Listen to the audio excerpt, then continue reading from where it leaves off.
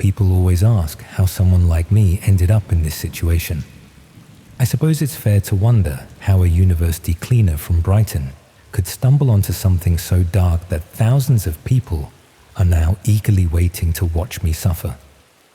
The answer is embarrassingly simple. I thought I was being helpful. It was about 4 months ago when I first heard about live streaming. My daughter had moved to Leeds for university, and we'd been struggling to stay in touch.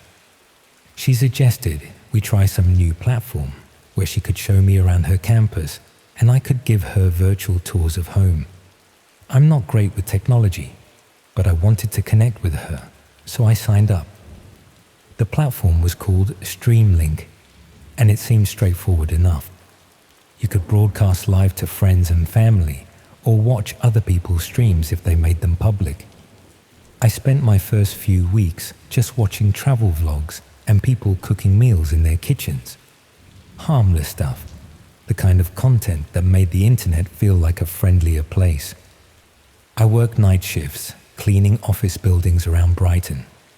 It's solitary work, which suits me fine, but it does get lonely sometimes. During my breaks, I'd watch these streams on my phone. People chatting while they worked, students showing their daily routines, families having dinner together. It felt like having company during the long, quiet hours. One night, I was cleaning a legal firm's offices when I received a notification that someone wanted to follow my account. The username was just a string of numbers and letters, but their profile showed they were interested in workplace environments. I accepted the follow request without thinking much about it. Probably someone else who worked night shifts, I figured. The next night, I got a message from the same account asking if I'd ever considered streaming during my work. They said they found workplace content relaxing and would be interested in watching someone clean offices. The message was polite, even complimentary about how peaceful night cleaning must be. They offered to pay me £20 per stream. £20 doesn't sound like much, but when you're on minimum wage and trying to help your daughter with university expenses, it's significant. I was hesitant at first. Streaming while working seemed unprofessional. But then I reasoned that I was only cleaning, and the buildings were empty anyway. What harm could there be? I started with short streams, maybe 30 minutes, while I cleaned reception areas or break rooms. My one regular viewer seemed genuinely interested, making comments about cleaning techniques and asking questions about different office layouts. They were respectful, never asking personal questions or trying to get me to show anything inappropriate. Just someone who found routine, methodical work soothing to watch. After a few weeks, they asked if I'd be willing to stream while cleaning higher security areas, places like server rooms or document storage. They offered £50 per stream and explained they worked in office security and were interested in how cleaning staff navigated around sensitive equipment. The request seemed reasonable, and the money was too good to refuse. That's when things started feeling off. During these streams, my viewer would make very specific comments about the equipment I was near, or ask me to clean certain areas more thoroughly. Once, they asked me to focus the camera on a particular server rack while I worked around it. Another time, they wanted me to spend extra time near a filing cabinet marked confidential. I started noticing other changes too. My viewer count occasionally showed 2 or 3 people watching instead of just one, though only my original follower ever commented. Sometimes I'd catch glimpses of unfamiliar usernames in the viewer list before they'd disappear. I told myself it was just a glitch in the platform. The requests grew more specific. Could I stream while cleaning the partners' offices? Could I make sure to clean around their desks thoroughly, showing any documents that might be left out? Could I adjust the camera angle to get a better view of computer screens that had been left on? Each request came with an increased payment offer. I should have stopped then, should have realized what was really happening. But the money was too useful, and I convinced myself I wasn't doing anything truly wrong. I wasn't stealing documents or accessing computers. I was just cleaning, and if people wanted to watch me do my job, that was their choice. One night, about 6 weeks ago, everything changed. I was streaming while cleaning a law firm's conference room when I noticed something odd about the viewer count. Instead of the usual 2 or 3, it showed dozens of people watching, then hundreds, then thousands. The chat, which had always been just my one regular viewer making polite comments, exploded with activity. Messages were flying by too fast to read, but I caught fragments, coordinates, building layouts, security schedules. Someone was discussing the best times to enter the building. Another was sharing information about alarm systems. That's when I understood what my streams had really been used for. I wasn't providing relaxing content for lonely night shift workers. I was unknowingly conducting reconnaissance for criminals. Every office layout I'd shown, every security camera I'd inadvertently revealed, every keypad code I'd accidentally captured while unlocking doors, it had all been recorded and analyzed. I ended the stream immediately and tried to delete my account, but the platform wouldn't let me. Every time I attempted to log in, I received error messages. When I tried to create a new account to see what was happening, I found that my streams had been archived and were still available to view. My cleaning routes through multiple office buildings had been documented in detail. 2 days later, I received an email to my personal account from an address I didn't recognize. The subject line was just my full name. The body contained a single link and the words, "You've been very helpful. Now it's time to give back to the community." The link led to a different website, not Streamlink, but something darker. The page showed what appeared to be a live feed from an empty room. Concrete walls, industrial lighting, a drain in the floor.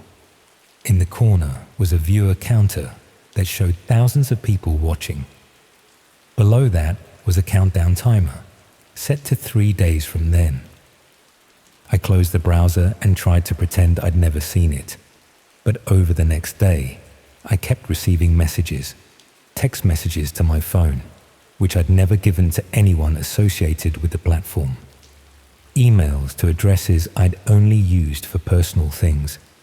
Social media accounts I thought were private suddenly had friend requests from users with random number usernames. The messages all carried the same theme. I'd provided valuable services, and now I needed to fulfill my part of a larger agreement, an agreement I'd never knowingly made.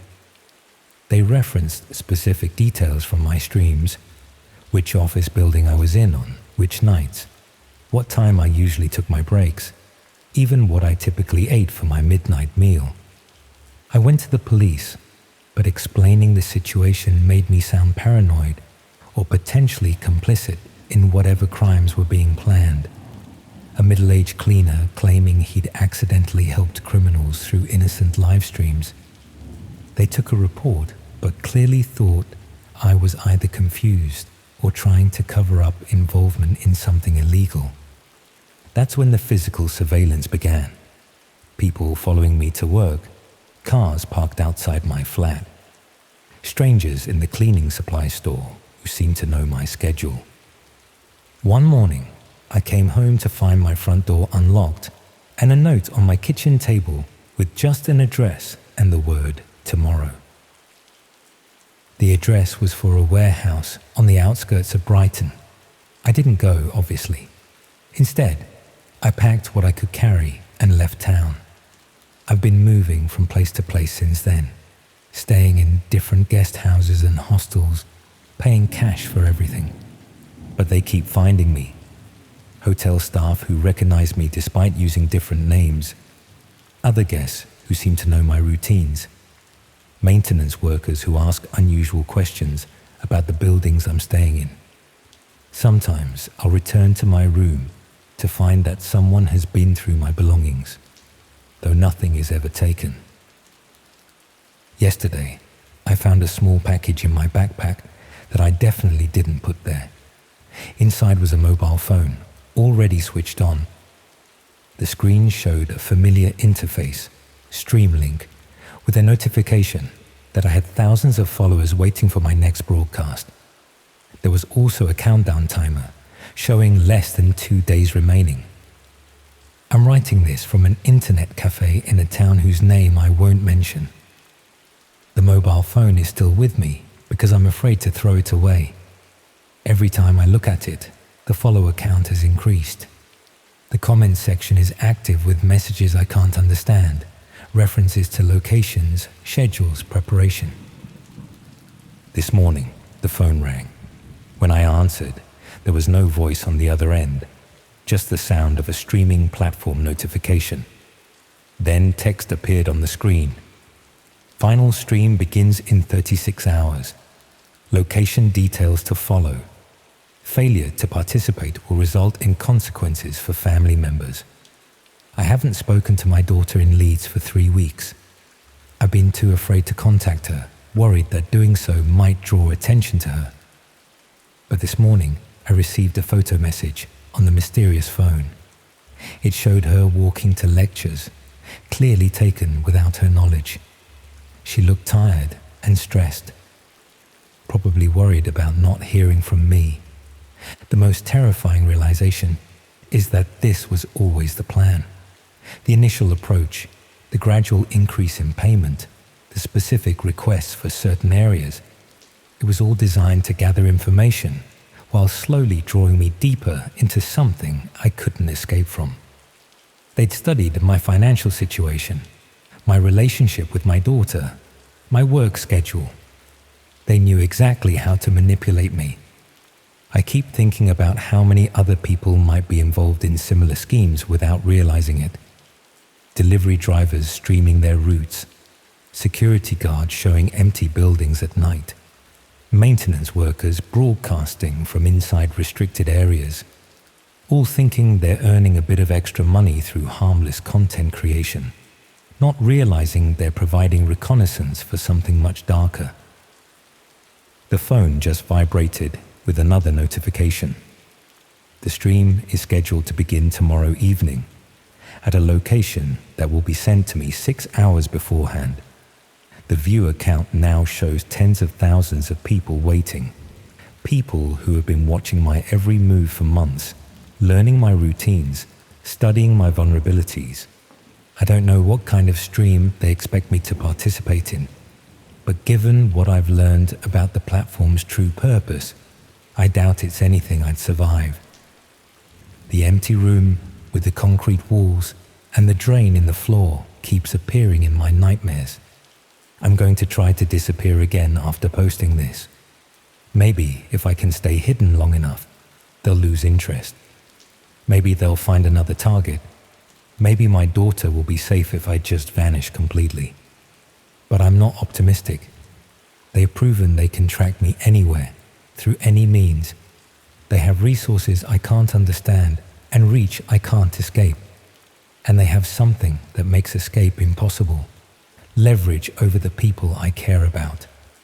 If you ever get approached to start streaming your work, no matter how innocent it seems, please think carefully about what you might inadvertently be revealing. The people watching might not be who they claim to be. The request might seem reasonable at first, but lead somewhere much darker. The countdown on the phone now shows less than 30 hours.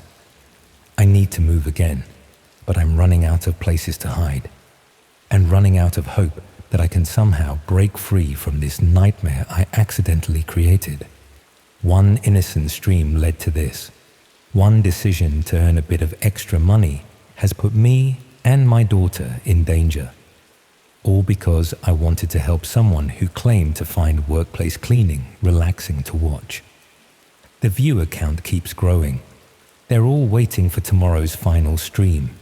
waiting to see what happens to the helpful cleaner who showed them exactly how to break into the buildings where he worked.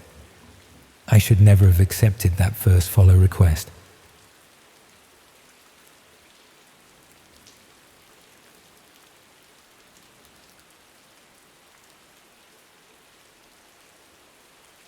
If someone told you that ordering a pizza could ruin your life, you'd probably laugh.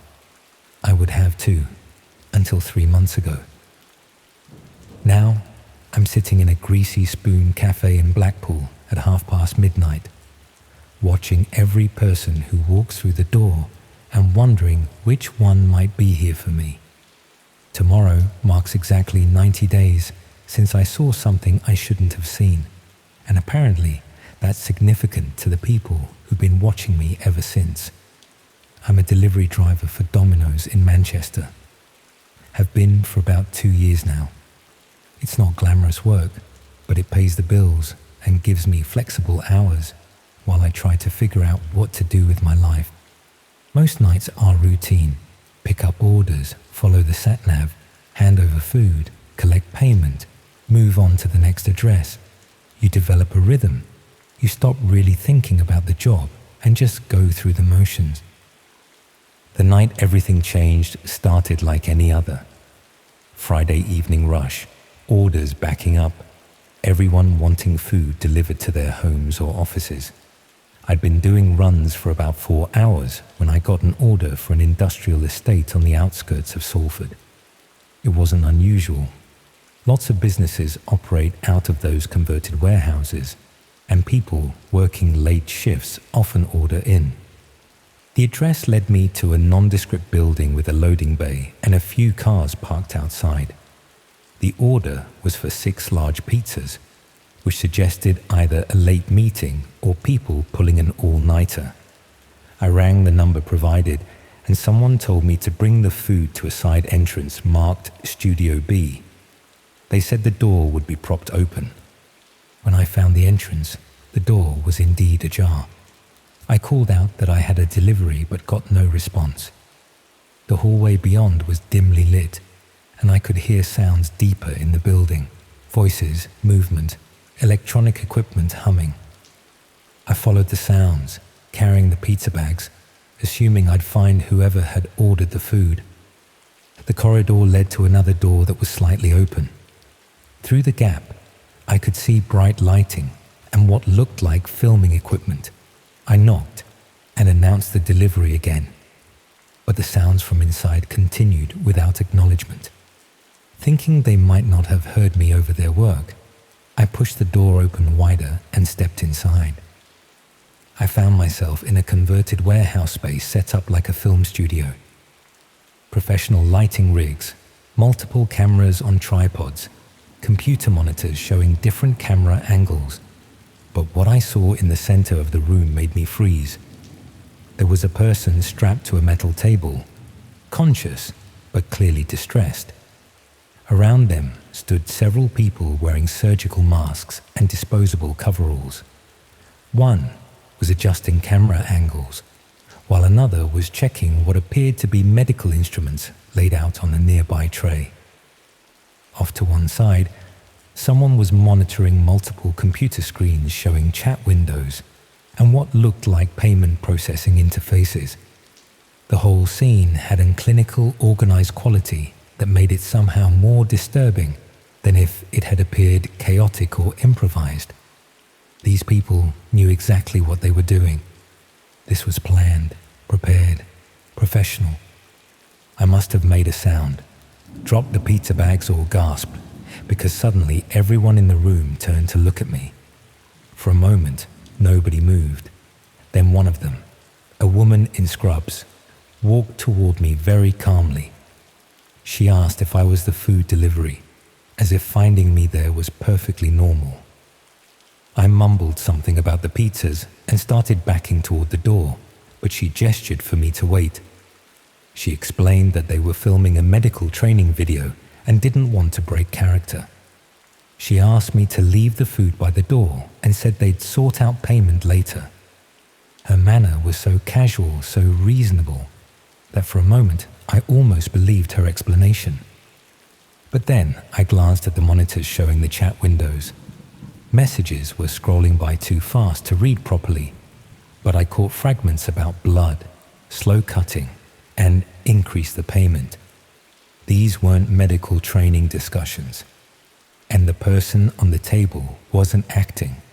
Their fear was real. I left the pizzas and backed out of the room, my heart hammering. In the corridor, I could hear the woman talking to the others, though I couldn't make out words. I walked quickly back to my car, trying to process what I'd witnessed. Part of me wondered if I'd misunderstood the situation. Maybe it was an elaborate movie set or some kind of extreme performance art. But deep down, I knew what I'd seen. I sat in my car for several minutes, trying to decide what to do. I considered calling the police immediately, but what would I tell them? That I'd seen people in medical attire around someone on a table. That seemed like filming equipment. Without clear evidence of an actual crime in progress, I wasn't sure they'd take me seriously. Instead, I decided to finish my shift and report it the next day, when I could think clearly about exactly what I'd witnessed. I drove away from the industrial estate, completed my remaining deliveries, and went home. But I couldn't sleep. Every time I closed my eyes, I saw that person on the table and those clinical, organized preparations. The next morning, I called the police and reported what I'd seen. They took my statement and said they'd investigate. I gave them the address, described the setup, explained why I thought something illegal might have been happening. The officer seemed to take it seriously and said they'd follow up with me. 2 days later, they called to tell me they'd visited the location. The building was empty. No equipment, no furniture, no evidence that anything had taken place there. The property manager said the space had been vacant for several months. There was no record of anyone renting studio space or filming permits being issued. The police seemed to think I'd either gotten the wrong address or misunderstood what I'd seen. They suggested that stress from working late shifts might have caused me to misinterpret an innocent situation. The investigation was closed, but I knew what I'd seen, and apparently so did the people I'd interrupted. The first sign that they knew who I was came a week later. I received a pizza order on my delivery app, but when I arrived at the address, no one was home. The order had been paid for in advance, including a generous tip. Attached to the order was a note thanking me for my discretion and suggesting that some things were better left unreported. Over the following weeks, I noticed things that were individually small but collectively unsettling. The same car appearing in my rearview mirror during multiple shifts. People photographing me while I made deliveries. Orders that would take me to locations where no one was waiting, but where I'd noticed someone watching from a distance. I started varying my routes home and taking different approaches to delivery addresses. But the surveillance continued, sometimes subtle. A person reading a newspaper looked up as I passed. Sometimes more obvious, cars following me for several streets before turning away. The most disturbing incident came about 6 weeks after that night.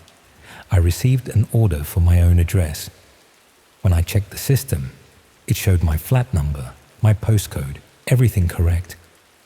The order was for one large pizza with a note in the special instructions field. You were very helpful that night. Hope you're enjoying your work.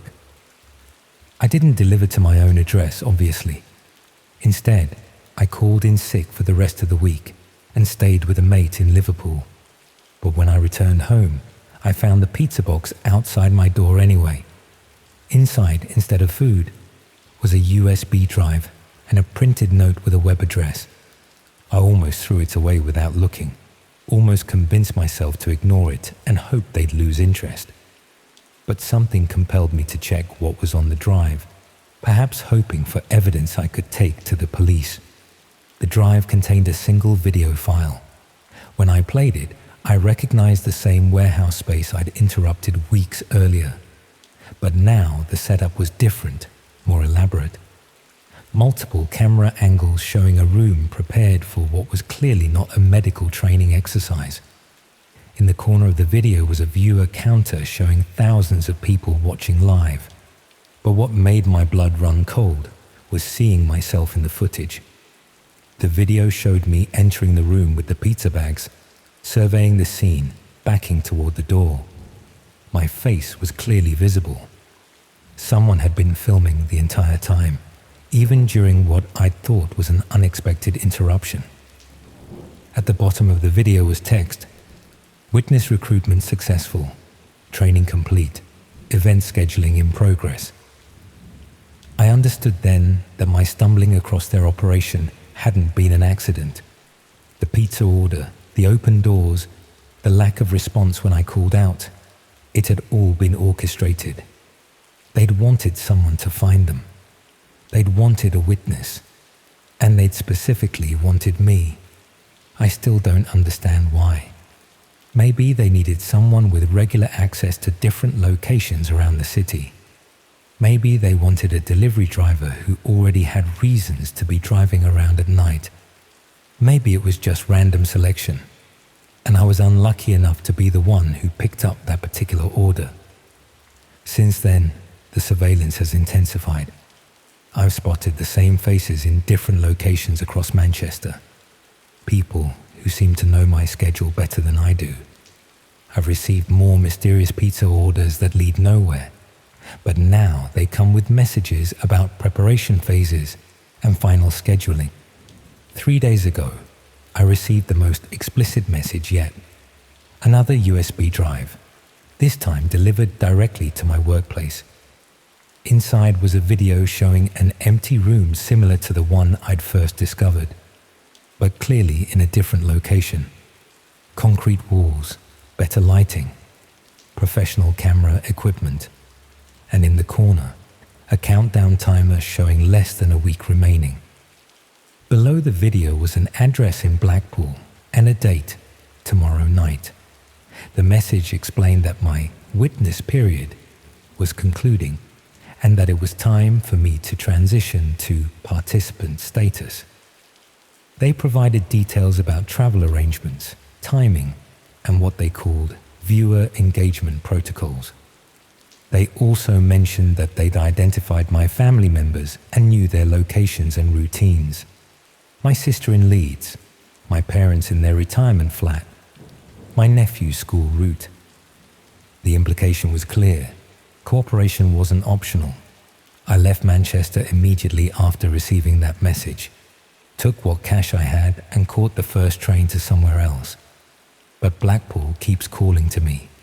The address they provided, the appointment time tomorrow evening, the knowledge that thousands of people are already gathering online to watch whatever they have planned.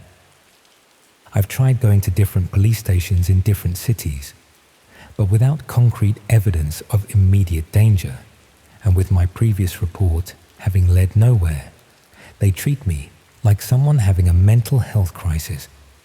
One officer suggested I seek counseling for work-related stress. The worst part is knowing that this whole system relies on witnesses like me, people who stumble into their operations and then become part of them.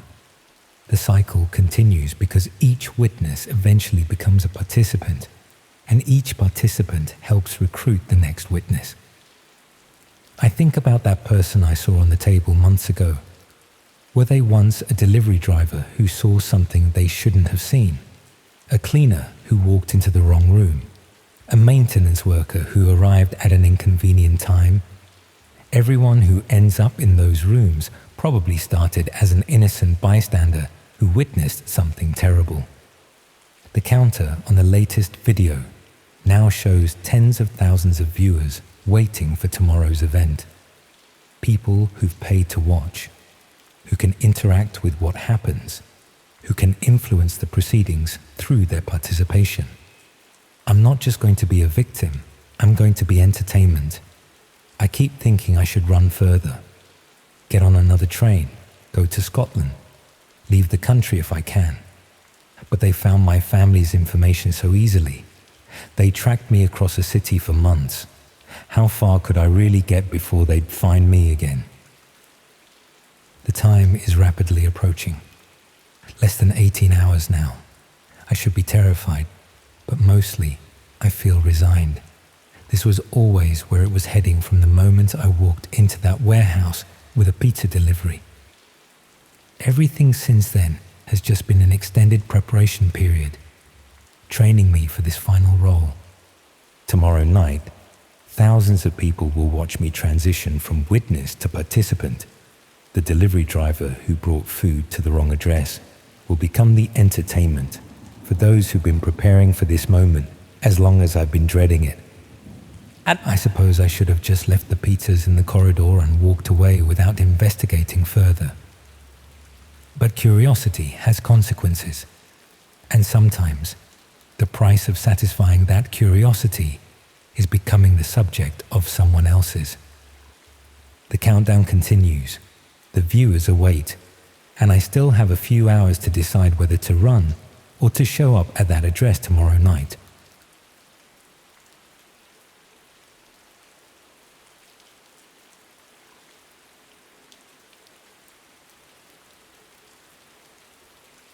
I thought I was doing something good. That's what makes this whole situation so much worse. 6 months ago, I was just someone trying to make the internet a safer place. Now, I'm hiding in a Premier Inn somewhere in the Midlands, knowing that tomorrow night, thousands of people will tune in to watch me become the star of my own nightmare. It started when I applied for a job as a content moderator with a company called SafeNet Solutions. They advertised themselves as specialists in keeping harmful content off social media platforms. The work seemed meaningful, protecting children from inappropriate material, removing violent content, flagging harassment. The kind of job where you could feel like you were making a difference. I'd been unemployed for nearly 8 months after my last position was made redundant, living in a shared house in Birmingham with people half my age, watching my savings dwindle while sending off countless applications. When SafeNet offered me the position working from home with decent pay, I jumped at it without asking too many questions. The training was straightforward. They gave me access to their proprietary software that would queue up flagged content for review, videos, images, live streams, all reported by automated systems or other users as potentially violating community guidelines. My job was to watch each piece of content and make a decision. Remove it, leave it up, or escalate it to a senior moderator. Most of it was exactly what you'd expect. Spam, harassment, people posting copyrighted material, the occasional violent video or inappropriate image involving children, which would get immediately escalated and removed. The work was emotionally draining. You see humanity at its worst when you're cleaning up after it. But it felt necessary. I worked remotely, reviewing content for 8 hours a day from my bedroom. The company provided the computer and software, along with strict guidelines about confidentiality. We weren't allowed to discuss our work with anyone outside the company, ostensibly to protect user privacy and prevent people from gaming the moderation system. About 2 months into the job, I started noticing patterns in some of the content that came through my queue. Videos that looked like they were filmed in similar locations, industrial settings with concrete walls and minimal furnishing. The content itself wasn't explicitly violating guidelines, but something about it felt off.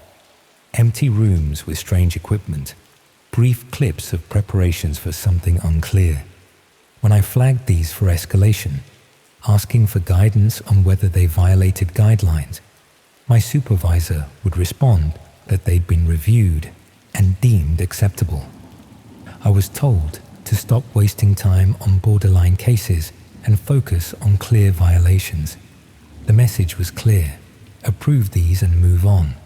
I tried to push back, suggesting that these videos might be connected to something harmful, but I was reminded that I was new and still in my probationary period.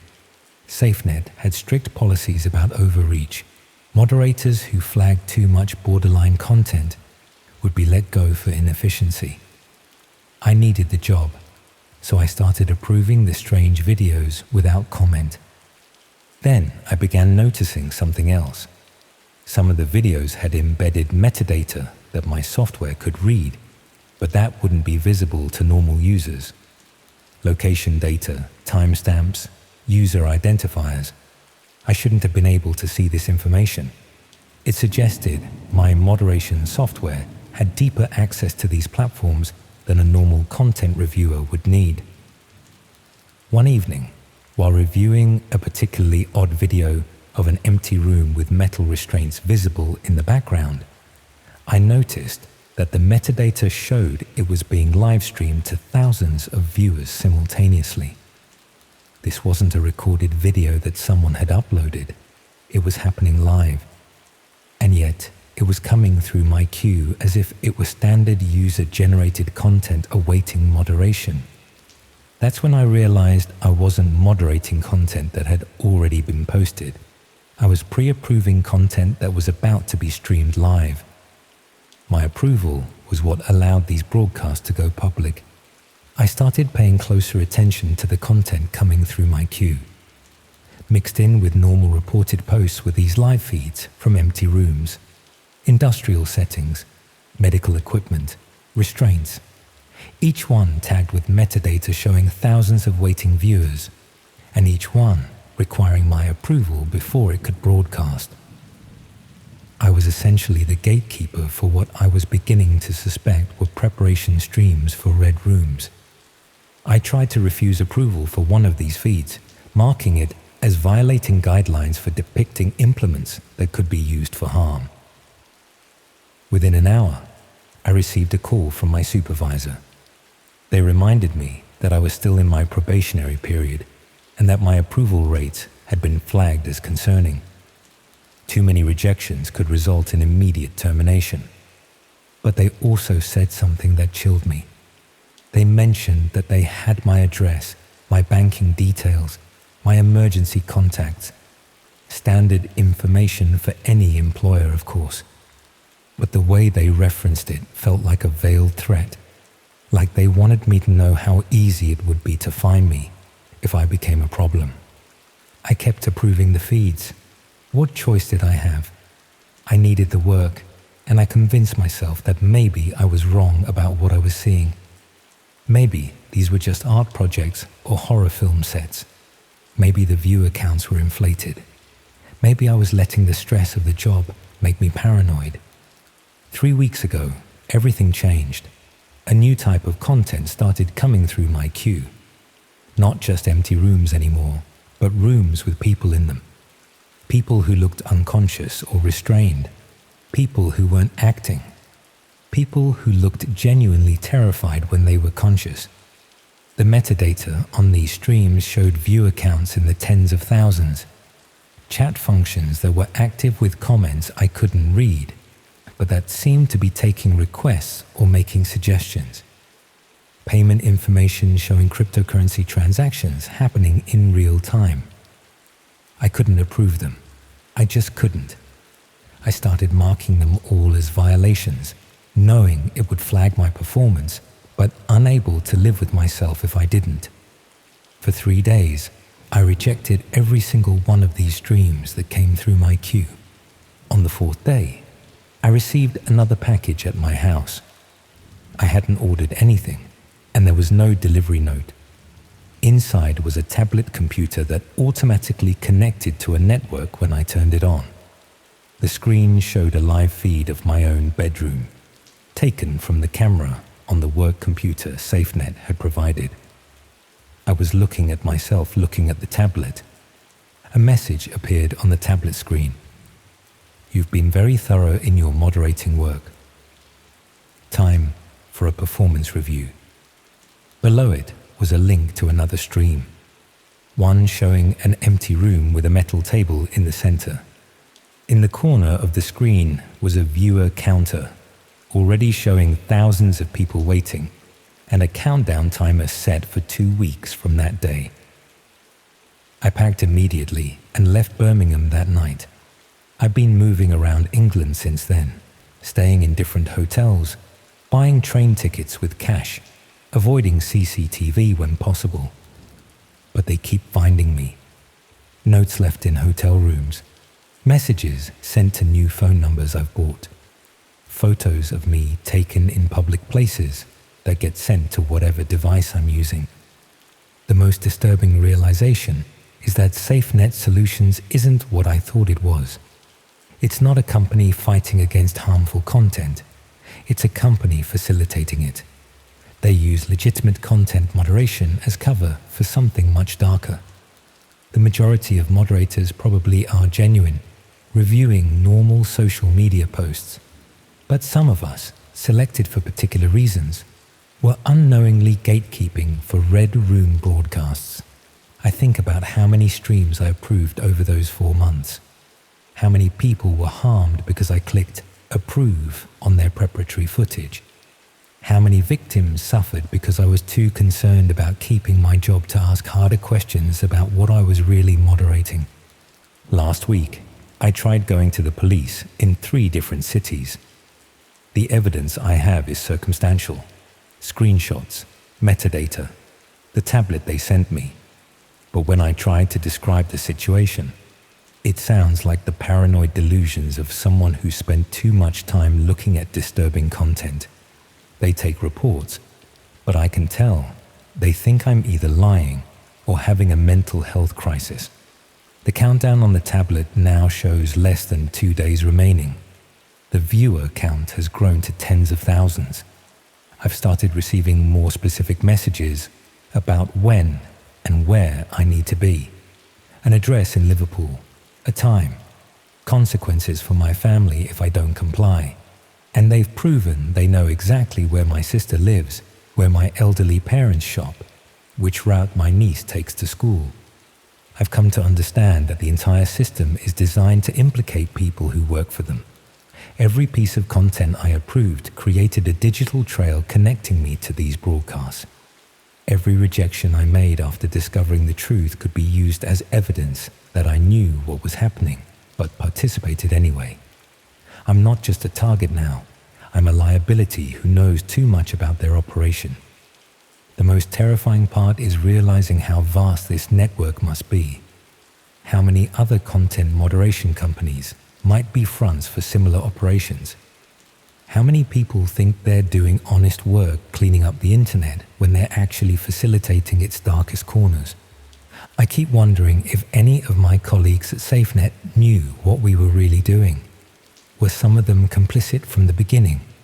Were others like me, gradually drawn into something they didn't understand until it was too late? Or am I the only one who stumbled across this particular stream of content? The tablet just chimed with a new notification. The message is simple. Final preparations complete. Transport details being sent to your current location.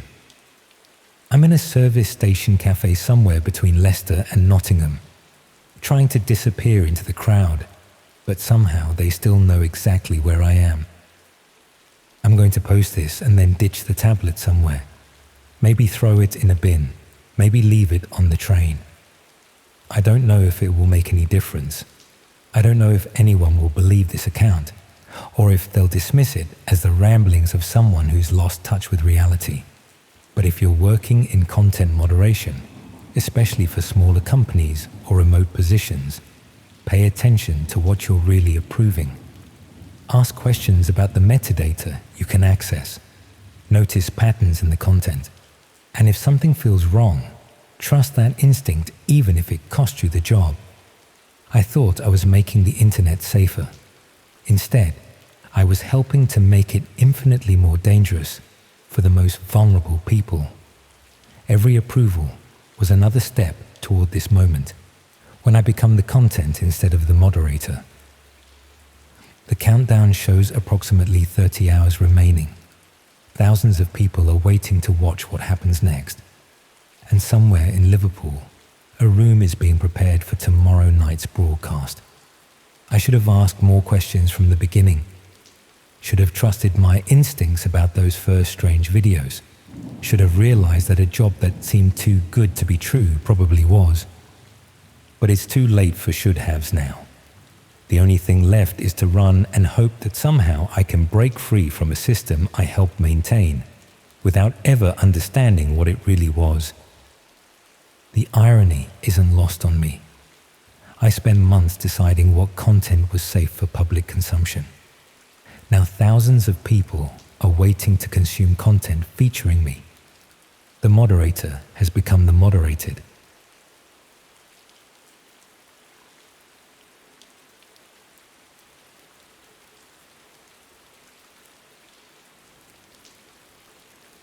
You'd think working for a tech startup would keep you busy enough to avoid trouble. Turns out the opposite is true when your job involves testing apps that nobody else wants to touch. 6 weeks ago, I was just a QA tester in Bristol trying to make rent on an apprentice's salary. Now I'm writing this from a service station near Cardiff, knowing that tomorrow night I'll become the main attraction for an audience I helped build, without realizing it. I work for a small company called DevCore Solutions. We're one of those firms that test software for other companies, checking for bugs, security vulnerabilities, user experience issues. Most of our clients are legitimate businesses wanting to make sure their apps work properly before launch. But some of our contracts come from less transparent sources, companies that pay well but ask few questions about what we find. The project that changed everything started in early September. My supervisor handed me a tablet loaded with a beta version of an app called StreamVault. The brief was minimal. Test the streaming functionality, check for lag issues, verify the payment integration worked smoothly. No information about who developed it or what it was ultimately intended for. StreamVault looked like any other live streaming platform at first glance. Clean interface, simple navigation, standard features you'd expect from a video app. The difference was in the back end. This wasn't designed for casual users. It had sophisticated access controls, encrypted payment systems, and viewer analytics that were far more detailed than anything I'd seen before. My job was to test it by setting up streams and checking various functions. I'd broadcast from different locations in the office, test the chat features, verify that donations and tips were processing correctly. Standard quality assurance work. The app performed well, better than many mainstream platforms I'd used. What struck me as odd was some of the advanced features buried in the settings. Options for scheduling automated content, systems for managing large-scale viewer numbers, and something called interactive participation protocols that seemed overly complex for a standard streaming app. When I asked my supervisor about these features, he told me to focus on basic functionality testing and not to worry about advanced options unless they caused obvious problems. After several weeks of testing, I was asked to evaluate the app in more realistic conditions. This meant setting up streams from my flat in the evenings, testing the mobile connection, checking how the platform handled different lighting conditions and camera angles. The company provided additional equipment, professional lighting, multiple camera angles, audio equipment that seemed unnecessarily sophisticated for testing purposes. I'd stream myself doing mundane tasks, cooking dinner, working on a laptop, watching television. The streams were supposed to be private, accessible only to other testers, but occasionally I'd notice viewer counts that seemed higher than our small testing team could account for. When I mentioned this, I was told that automated systems sometimes inflated the numbers and not to worry about it. The requests from my supervisors gradually became more specific. Could I test streaming from different rooms in my flat? Could I check how well the low-light cameras worked in the bedroom? Could I verify the audio pickup was clear enough to capture conversation from other rooms? Each request seemed reasonable in isolation, but together they were creating an unusually detailed map of my living space. About 3 weeks into home testing, I started noticing technical irregularities. The app would occasionally activate when I wasn't running tests. I'd find it open on my tablet or phone, showing a black screen but with active viewer counts in the hundreds.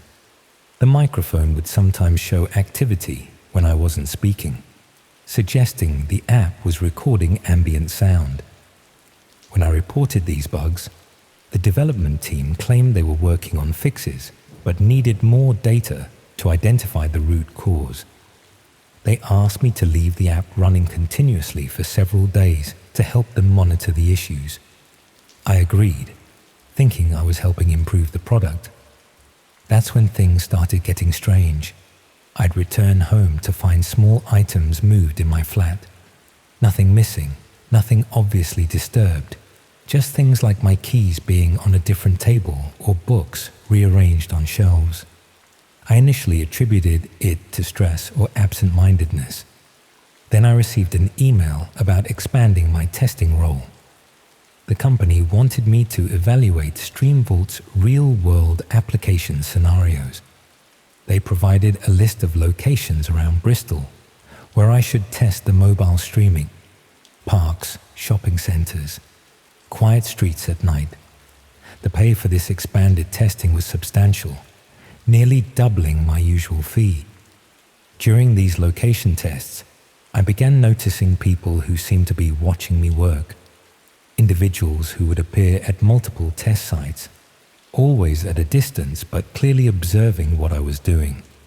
When I mentioned feeling observed to my supervisor, he said it was probably just curious passers-by, and that public testing always attracted some attention. The app's functionality continued to evolve during this period.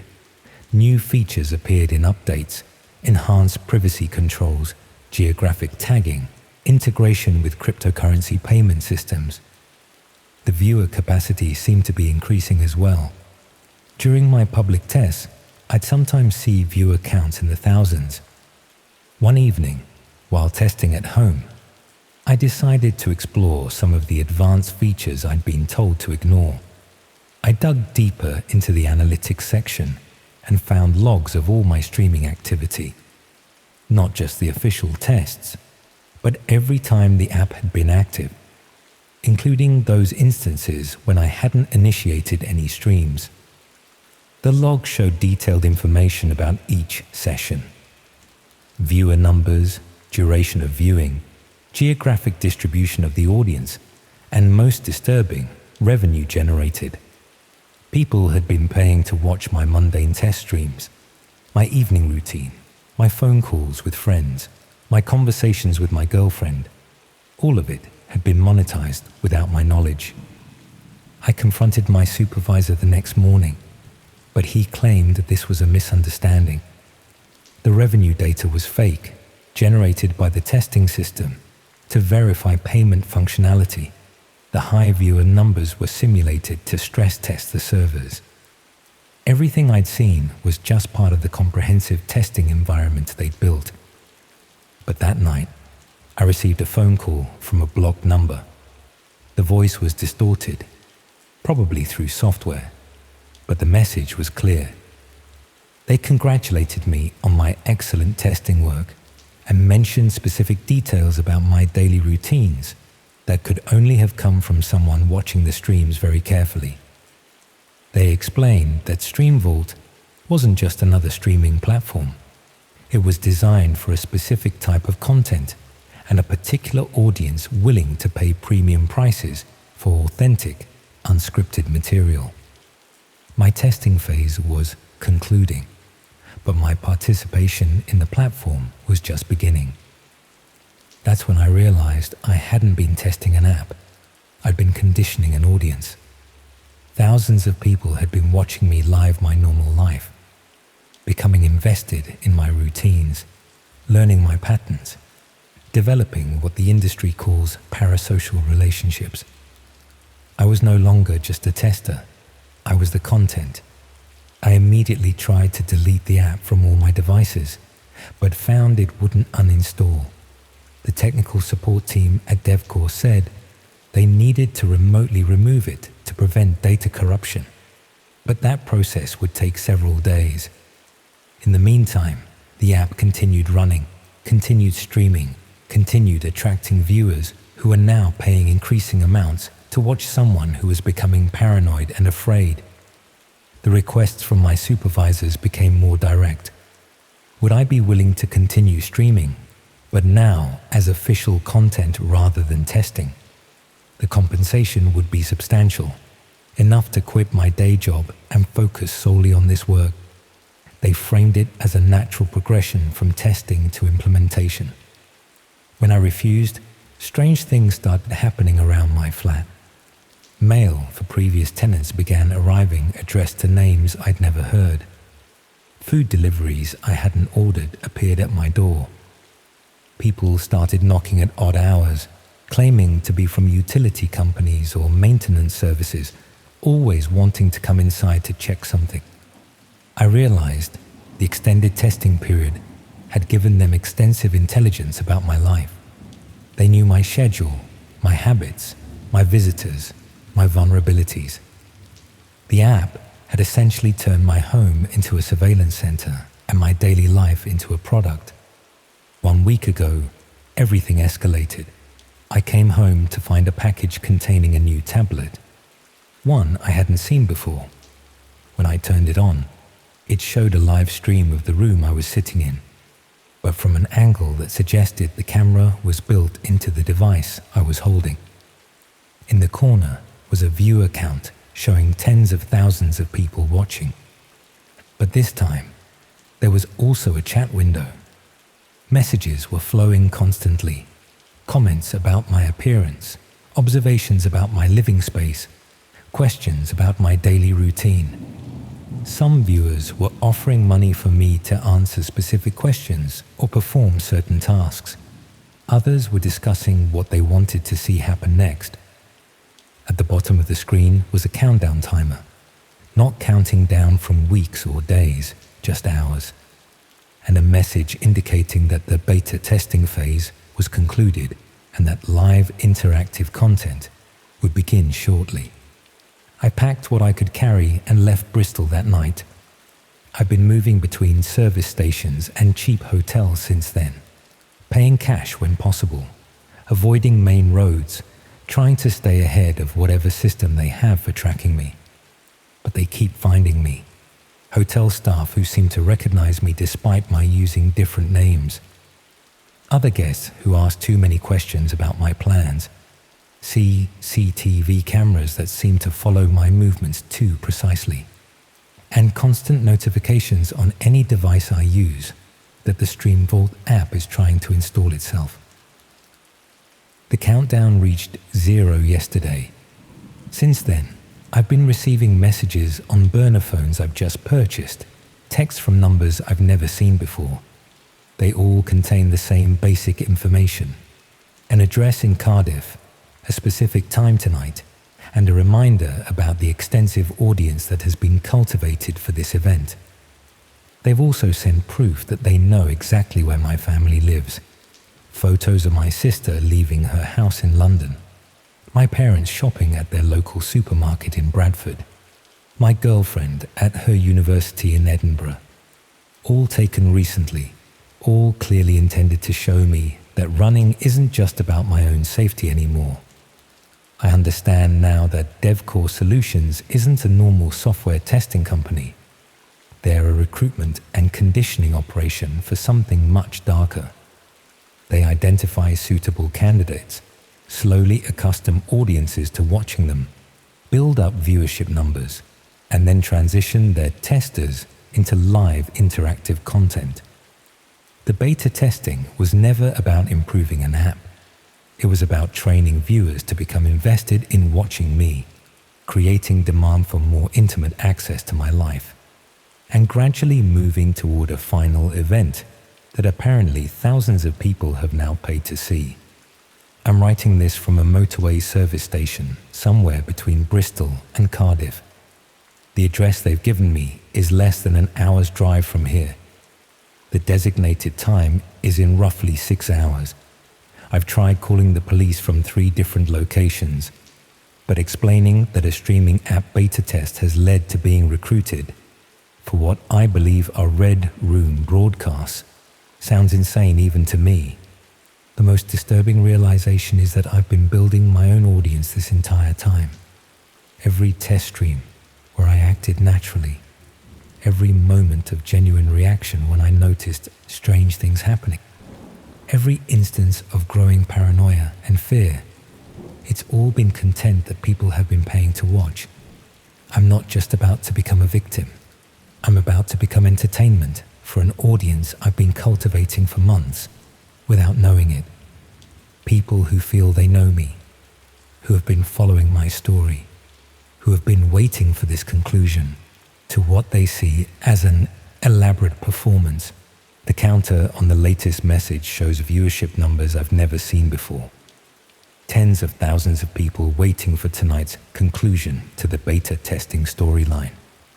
Payment processing servers working overtime to handle the demand for premium access to whatever they have planned. I keep thinking about all the other beta testers DevCore must have recruited over the years. How many people thought they were just testing an app while actually training an audience to watch them? How many discovered too late what they had really been participating in? Cardiff is getting closer. The time is running out. I could keep driving, head to Scotland, try to disappear completely. But they've proven they can find me anywhere, and now they have leverage over people I care about. The strangest part is knowing that whatever happens tonight will be broadcast to thousands of people who have been following my story from the beginning. People who watched me test streaming equipment in my flat, who saw me gradually become aware of what was happening, who have been anticipating this moment as the natural conclusion to the narrative they've been consuming. I never signed up to be an actor in someone else's show, but I've been performing for months without knowing it. The beta testing was just the audition. Tonight is opening night. The sat-nav shows 30 minutes to the Cardiff address. The clock shows 5 hours until the scheduled time. The viewers are waiting. The cameras are prepared. The show, as they say, must go on. I still don't know if I'll show up or keep running, but I'm starting to suspect it doesn't matter. With an audience this size, this invested, this willing to pay for the conclusion to my story, they'll make sure the show happens one way or another.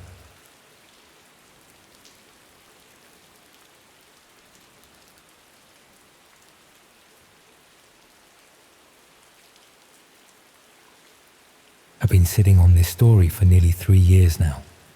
Every time I consider sharing it, something stops me. Maybe fear, maybe guilt, maybe the knowledge that once it's out there, I can't take it back. But after what happened last Tuesday, I need to get this off my chest. Some things you just can't explain to someone who hasn't seen what the internet really hides. It started with boredom, honestly. Nothing dramatic. No tragic backstory, just a guy with too much time on his hands and a fancy gaming PC that could handle pretty much anything. I'd recently moved to Bristol for a job in IT security, ironically enough. I was living alone for the first time in one of those cookie-cutter apartment blocks they keep throwing up near city centres. The walls were thin enough that I could hear my neighbours sneeze, but somehow I still felt isolated. My friends were all back in Birmingham, and I wasn't great at the whole making new connections thing. So I spent a lot of nights at home, gaming or browsing the web. I'd known about the dark web for years, of course. Anyone in IT security does. I'd even accessed it a few times for research purposes during uni, checking out how certain black markets operated so we could better understand security vulnerabilities. Nothing sinister, just academic curiosity. But on this particular night, a rainy Tuesday in October, I was especially restless. I'd finished a 12-hour shift sorting out a ransomware issue for a client, and my brain was still buzzing even though my body was exhausted. That weird combination where you're too tired to do anything productive, but too wired to sleep. So I set up a secure browser, connected through a couple of VPNs, force of habit from work, and started browsing. At first, it was just the usual stuff. Marketplaces selling drugs, forums discussing privacy, sites offering counterfeit documents. I remember the soft blue glow of my monitor reflecting on my coffee mug, the one with the faded Liverpool FC logo that I'd had since uni. My eyes were getting heavy, and I was about to call it a night when a notification popped up on one of the forums I'd been browsing. Someone had messaged me directly, which was unusual. I'd been lurking, not posting.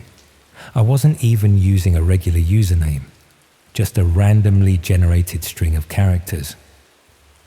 The message was simple, asking if I was looking for something specific. I almost ignored it.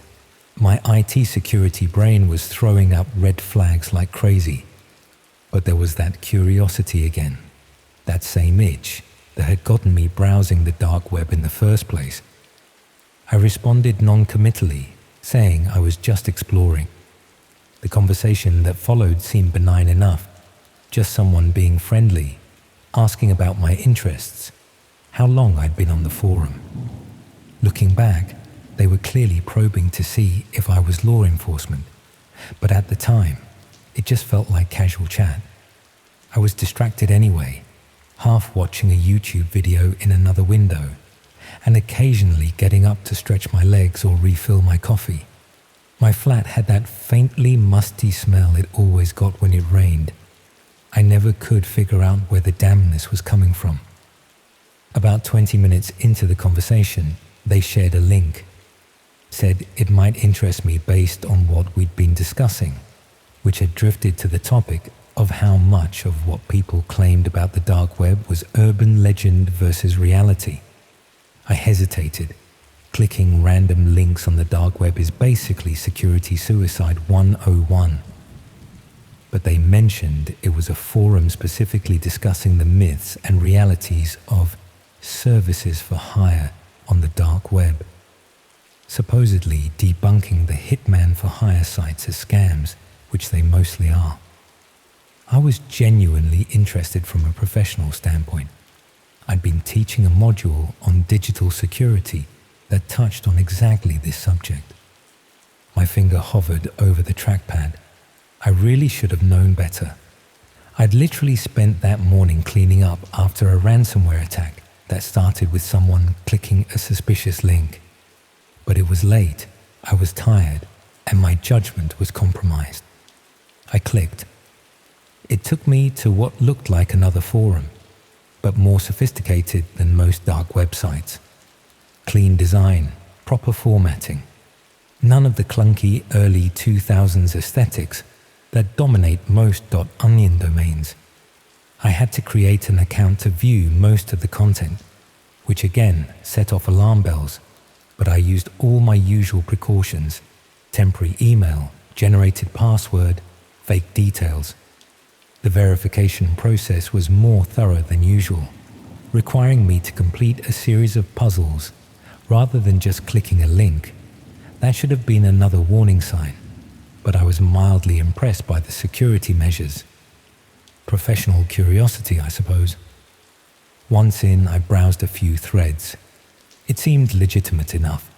Discussions about various dark web services, debates about which ones were scams, analyses of how law enforcement tracked these kinds of operations. There was a whole section dedicated to service provider vetting that claimed to verify whether sellers of various illegal services were legitimate or not. I remember my eyes starting to sting from staring at the screen too long, and I rubbed them, noticing the stubble on my chin. I hadn't shaved in days, hadn't really needed to, since I was working remotely that week. Then I noticed a locked thread titled Verification Events. It had thousands of views, but only a handful of replies. Something about the clinical terminology made me uneasy, but I was already in too deep. I clicked it, only to get a message that this section was for verified members only. Below, it was a link to apply for verification. The application form was brief, asking about my interests and what I hoped to gain from verification. I was vague, saying I was researching the reality behind dark web legends for academic purposes. I didn't expect anything to come of it. These exclusive forums usually ignored new members, so I was surprised when, less than 5 minutes later, I received a notification that my application was being processed and I should remain online. While waiting, I got up to use the bathroom. The linoleum was cold under my feet. I kept meaning to buy a bath mat, but somehow never remembered when I was actually out shopping. When I came back, there was a new notification. My application had been provisionally approved, pending a demonstration verification session that would begin in 10 minutes. There was a countdown timer and instructions to ensure my connection was stable and secure. I should have logged off right then. Every instinct I developed over years in IT security was screaming at me to disconnect.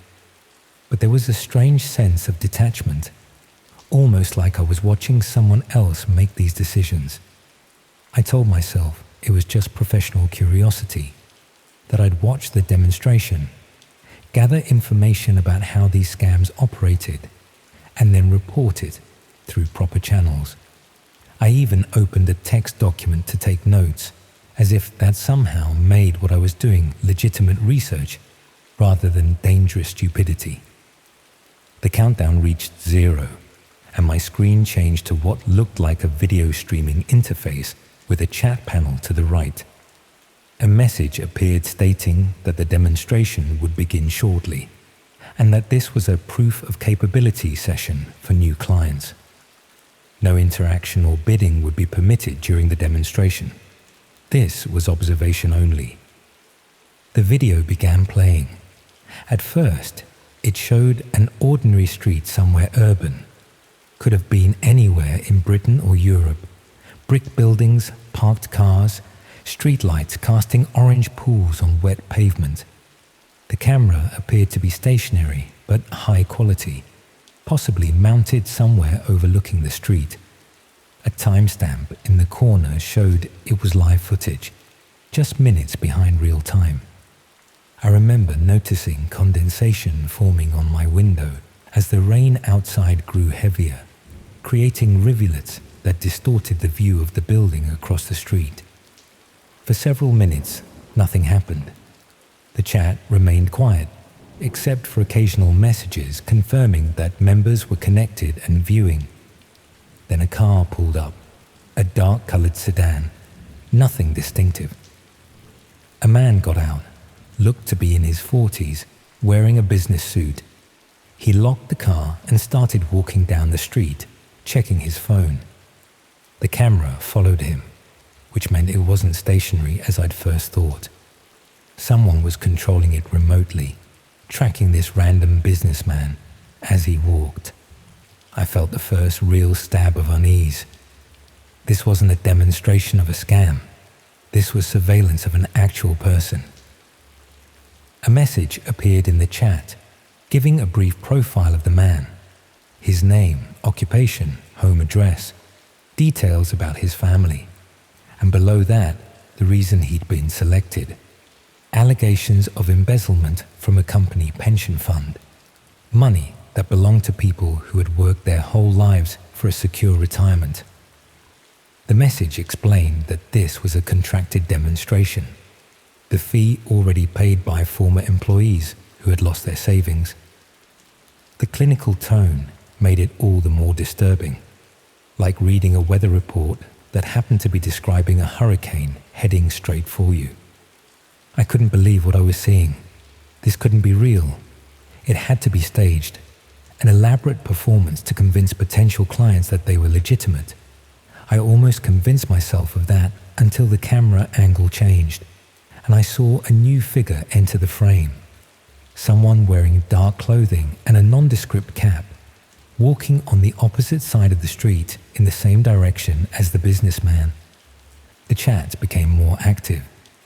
Comments appeared noting the operator's approach, discussing the technique being demonstrated. Some mentioned previous demonstrations they'd witnessed, comparing methodologies. I felt sick but couldn't look away. It was like watching a nature documentary where you know the gazelle is about to be taken down by a lion, but it's happening in slow motion. The businessman stopped at a corner, waiting to cross.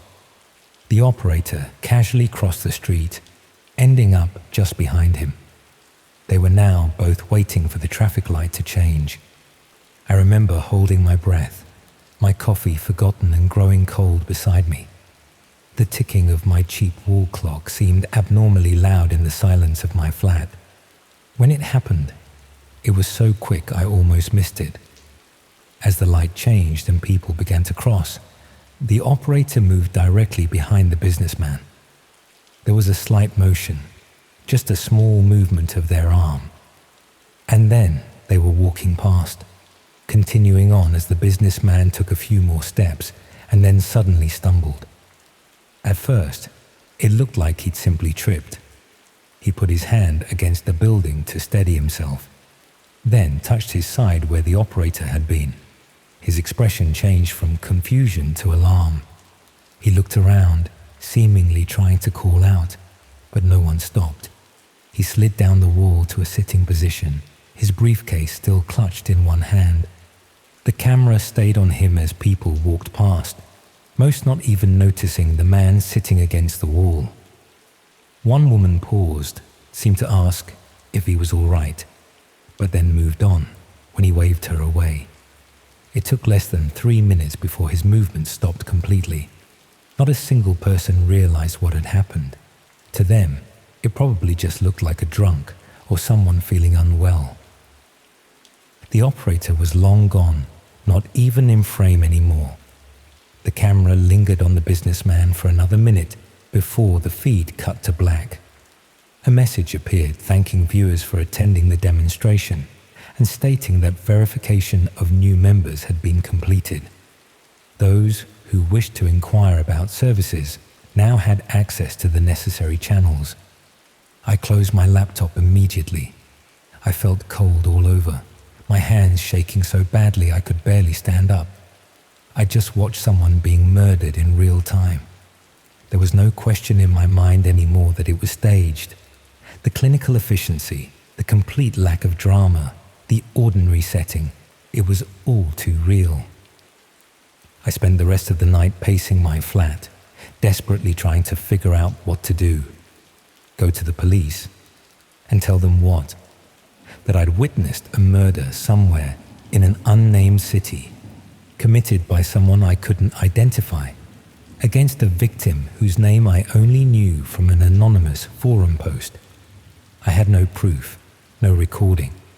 I hadn't thought to capture the stream, and even if I had, I'd have to admit to being in a place I should never have been. I decided to wait until morning to see if there was any news about a businessman found dead in the street. I checked every news site I could think of, searched for any reports of unexpected deaths or murders. Nothing. Either it hadn't been reported yet, or it had happened somewhere whose local news I couldn't access, or the thought that kept creeping back despite my attempts to suppress it. They were efficient enough to have removed the body before it was discovered. For days afterward, I was a wreck. I couldn't sleep, couldn't eat properly. I kept checking the forum, but my account had been deactivated. The link I'd been sent no longer worked. It was as if the entire thing had never existed. I considered anonymous tips to various police departments, but had no idea where to even begin. Which jurisdiction? What details could I provide that wouldn't immediately be dismissed as a hoax or the ravings of a paranoid mind? Eventually, I convinced myself that maybe it had been elaborate theatre after all. A convincing performance designed to scam people out of money for hitman services that would never be delivered. The alternative was too horrible to contemplate, that I'd witnessed an actual murder and done nothing about it. I moved flats the next month, telling myself it was because I'd found a better place closer to work. In reality, I couldn't shake the feeling of being watched. Every time I opened my laptop, I imagined someone on the other end monitoring my activity. I changed my phone number, created new email accounts, scrubbed my online presence as much as possible. Professional paranoia turned up to 11. Life gradually returned to something resembling normal. I dated, made a few friends, even got promoted at work. The memory remained, but it became easier to dismiss as a bizarre experience that couldn't possibly have been what it seemed. Until last Tuesday, I was working late, finishing up a security audit for a client, when an email arrived. No subject line sent to my personal account. The new one I'd created after that night. The sender's address was a string of random characters. The message contained only a link and the words, "We've missed your observations. A new demonstration is scheduled." Below it was my home address, my current address, not the flat where I'd been that night 3 years ago. They'd found me. They'd been watching me all along. I've been staying at a hotel since then, paid in cash. I bought a new laptop that I've never connected to any of my accounts. I'm writing this as a record, a warning maybe, though I don't know who it will reach or how. If you're reading this, remember, the dark web isn't just a playground for curious minds or a marketplace for illegal goods. There are corners of it where the darkest human impulses aren't just fantasies, but services rendered with terrifying efficiency. And once you've seen them, they've seen you too. My hotel room door just rattled, like someone trying the handle. The reception desk isn't answering my call. I think I've run out of places to hide.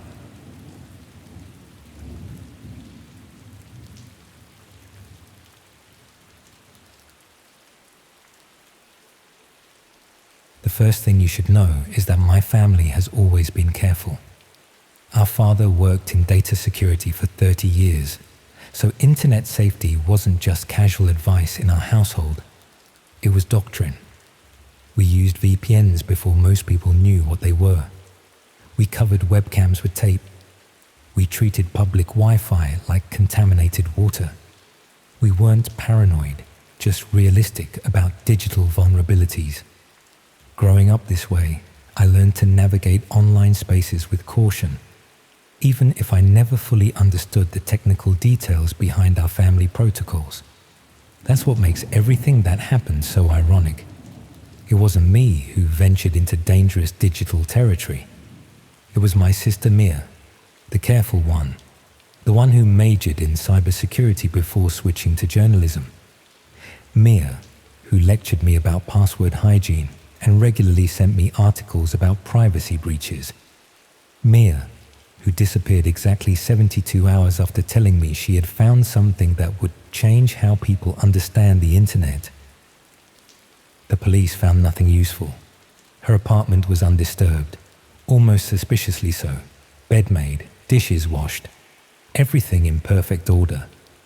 Her phone sat on her nightstand, deliberately powered off, rather than dead. Her laptop was gone. Security footage showed her entering her building on Tuesday evening, face obscured by her usual baseball cap, worn specifically to avoid facial recognition. No footage showed her leaving. By Friday morning, when she missed our weekly coffee meetup, I knew something was wrong. By Friday afternoon, when she missed her call with our parents, we all did. The weeks following her disappearance became a blur of police interviews, searching her apartment repeatedly, putting up flyers, and creating social media campaigns. The detective assigned to her case was sympathetic, but overwhelmed with other cases. After the first month, the updates became less frequent, the leads non-existent. By March, it felt like we were the only ones still actively looking. That's when I decided to examine her work more closely. Mia had been investigating technology-related stories for the past year. Data privacy concerns, corporate surveillance, emerging tech ethics. Nothing that seemed particularly dangerous or controversial. But as I went through her published articles, I noticed a pattern in her recent work: increased focus on digital encryption, anonymous networks, and references to something called invitation-only forums. Her last published piece mentioned research into the modern digital underground, but provided few specifics. I reached out to her editor, who seemed reluctant to discuss her unfinished work. After persistent questioning, he finally admitted that Mia had been working on a series about dark web marketplaces, specifically focusing on the myths and realities of what she called pay-per-view trauma. He claimed he had discouraged the project, believing it was both journalistically dubious and potentially unsafe. Mia had insisted on continuing her research, promising to be careful and maintain anonymity online. With this information, I contacted a friend from college who worked in cybersecurity. He hesitated when I explained what I needed, but my desperation must have been obvious. He agreed to help me access Mia's online accounts, though he made it clear he was only doing this because it involved a missing person. Mia's email gave us little to work with, mostly routine correspondence, subscription newsletters, and communications with known sources. Her cloud storage contained research for published articles, but nothing about her current project. It was her browser history that provided our first real lead. Although she had apparently cleared it regularly, the synced data from her accounts showed repeated visits to forums discussing anonymous browsing techniques, cryptocurrency transactions, and secure communication methods. My cybersecurity friend showed me how to safely install a Tor browser and access some of the sites Mia had visited. Most were surprisingly mundane: privacy-focused discussion boards, whistleblower information exchanges, and academic research repositories. But one recurring address stood out: an alphanumeric string ending in .onion that Mia had visited multiple times in the weeks before her disappearance. My friend couldn't access it directly. It required login credentials we didn't have. I spent the next several weeks learning everything I could about dark web navigation, cryptocurrency, and secure communication protocols. I created anonymous accounts on the forums Mia had frequented, carefully asking questions about the mysterious .onion address. Most users ignored me. Some warned me to stop asking. One sent a private message claiming the address belonged to a site called The Viewing Room, describing it as a place where everything has a price, especially the truth. This user, who went by the handle Perennial Watcher, claimed to have information about my sister, though they never specified how they knew we were connected. They offered to help me access the viewing room, but only if I agreed to their conditions. I would need to make a cryptocurrency payment, use only their recommended security measures, and promise never to reveal their involvement. The whole exchange felt dangerous, potentially illegal, but my desperation overwhelmed my caution. I agreed. The instructions arrived the next day: elaborate security protocols, specific times to attempt access, and a cryptocurrency wallet address for payment. The amount translated to roughly $500. I followed every step precisely, making the payment and downloading additional security software. 3 days later, I received login credentials and detailed instructions for accessing the viewing room. The site itself was minimalist: black background, simple text navigation, no graphics. The main page displayed only a welcome message and a membership tier system ranging from observer to director. My credentials gave me observer access, apparently the lowest level. This tier allowed viewing of archived sessions, but no participation in live events. A counter in the corner showed 37 current users online.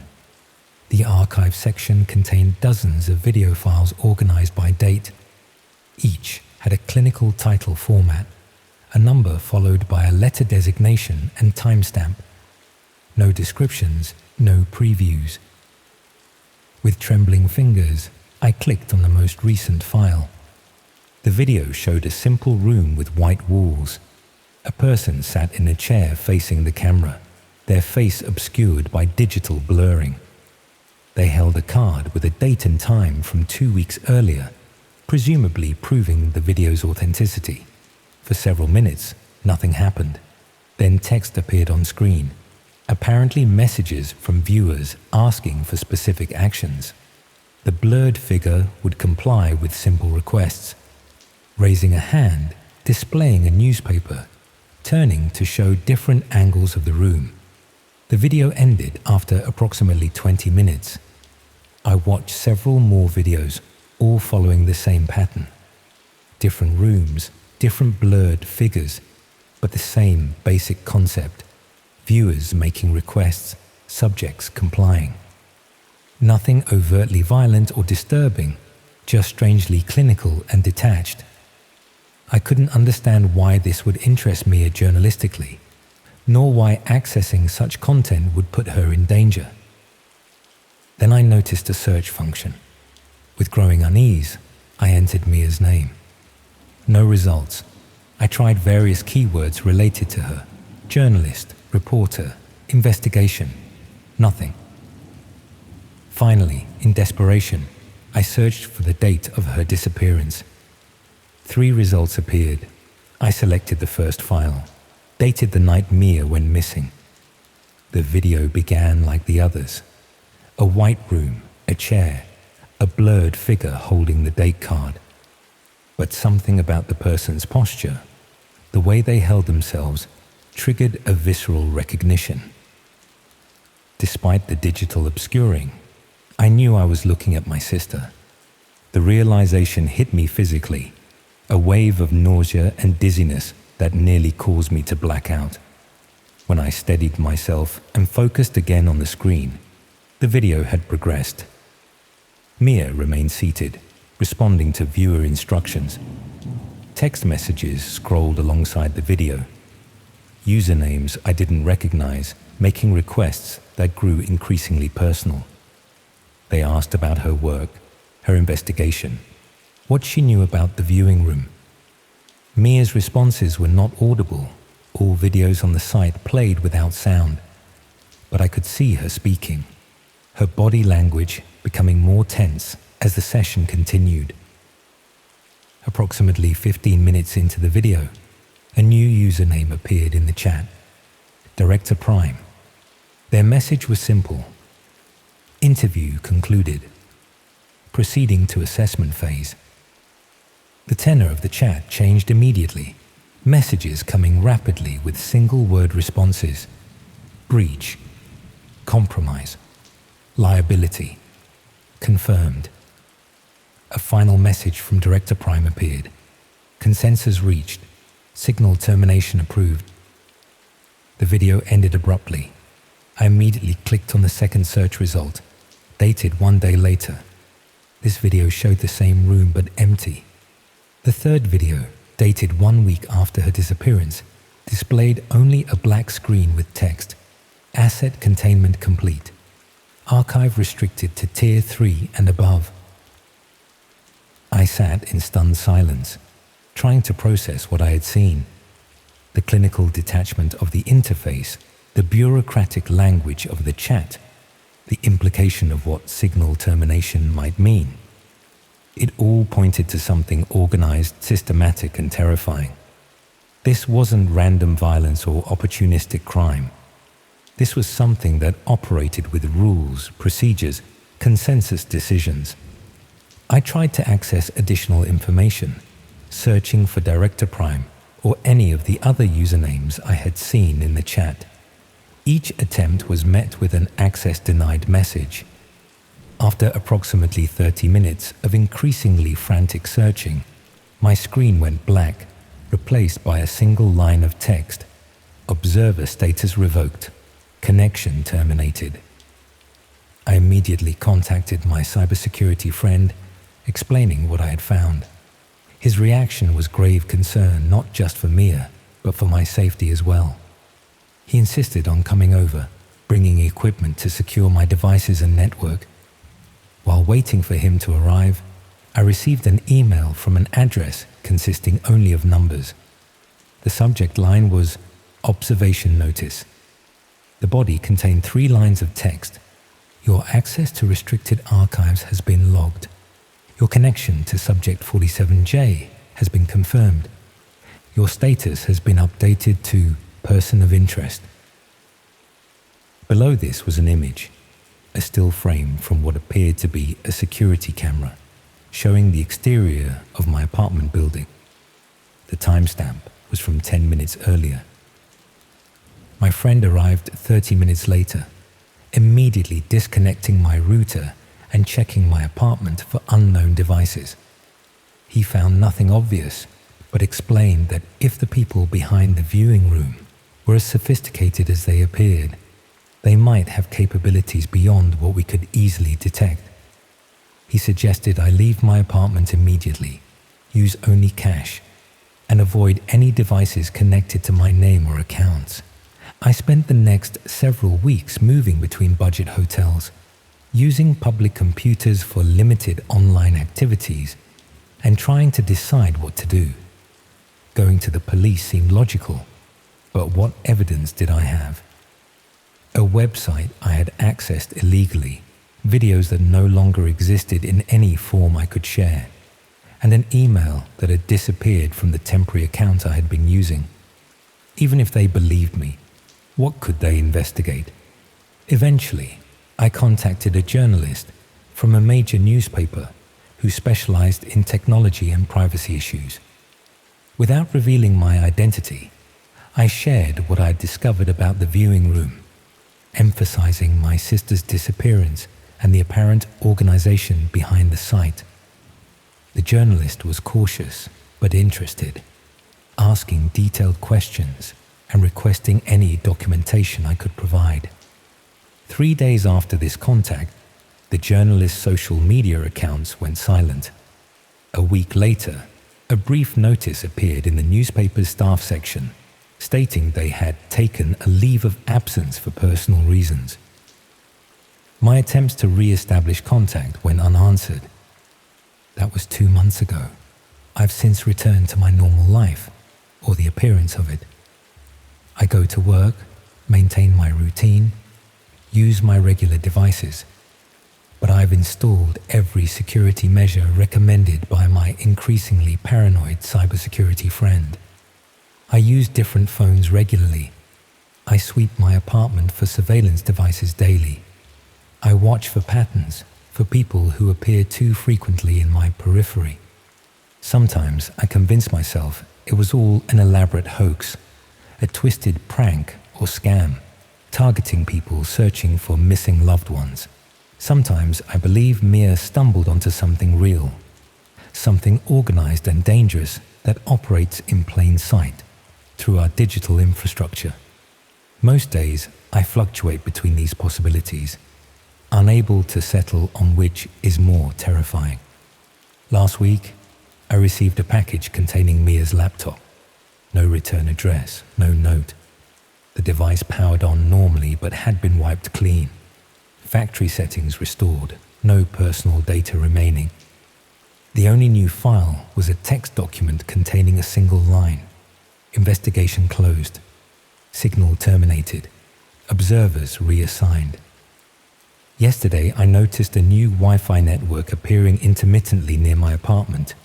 The name changes but always follows the same pattern. A number, followed by a letter designation, followed by observer.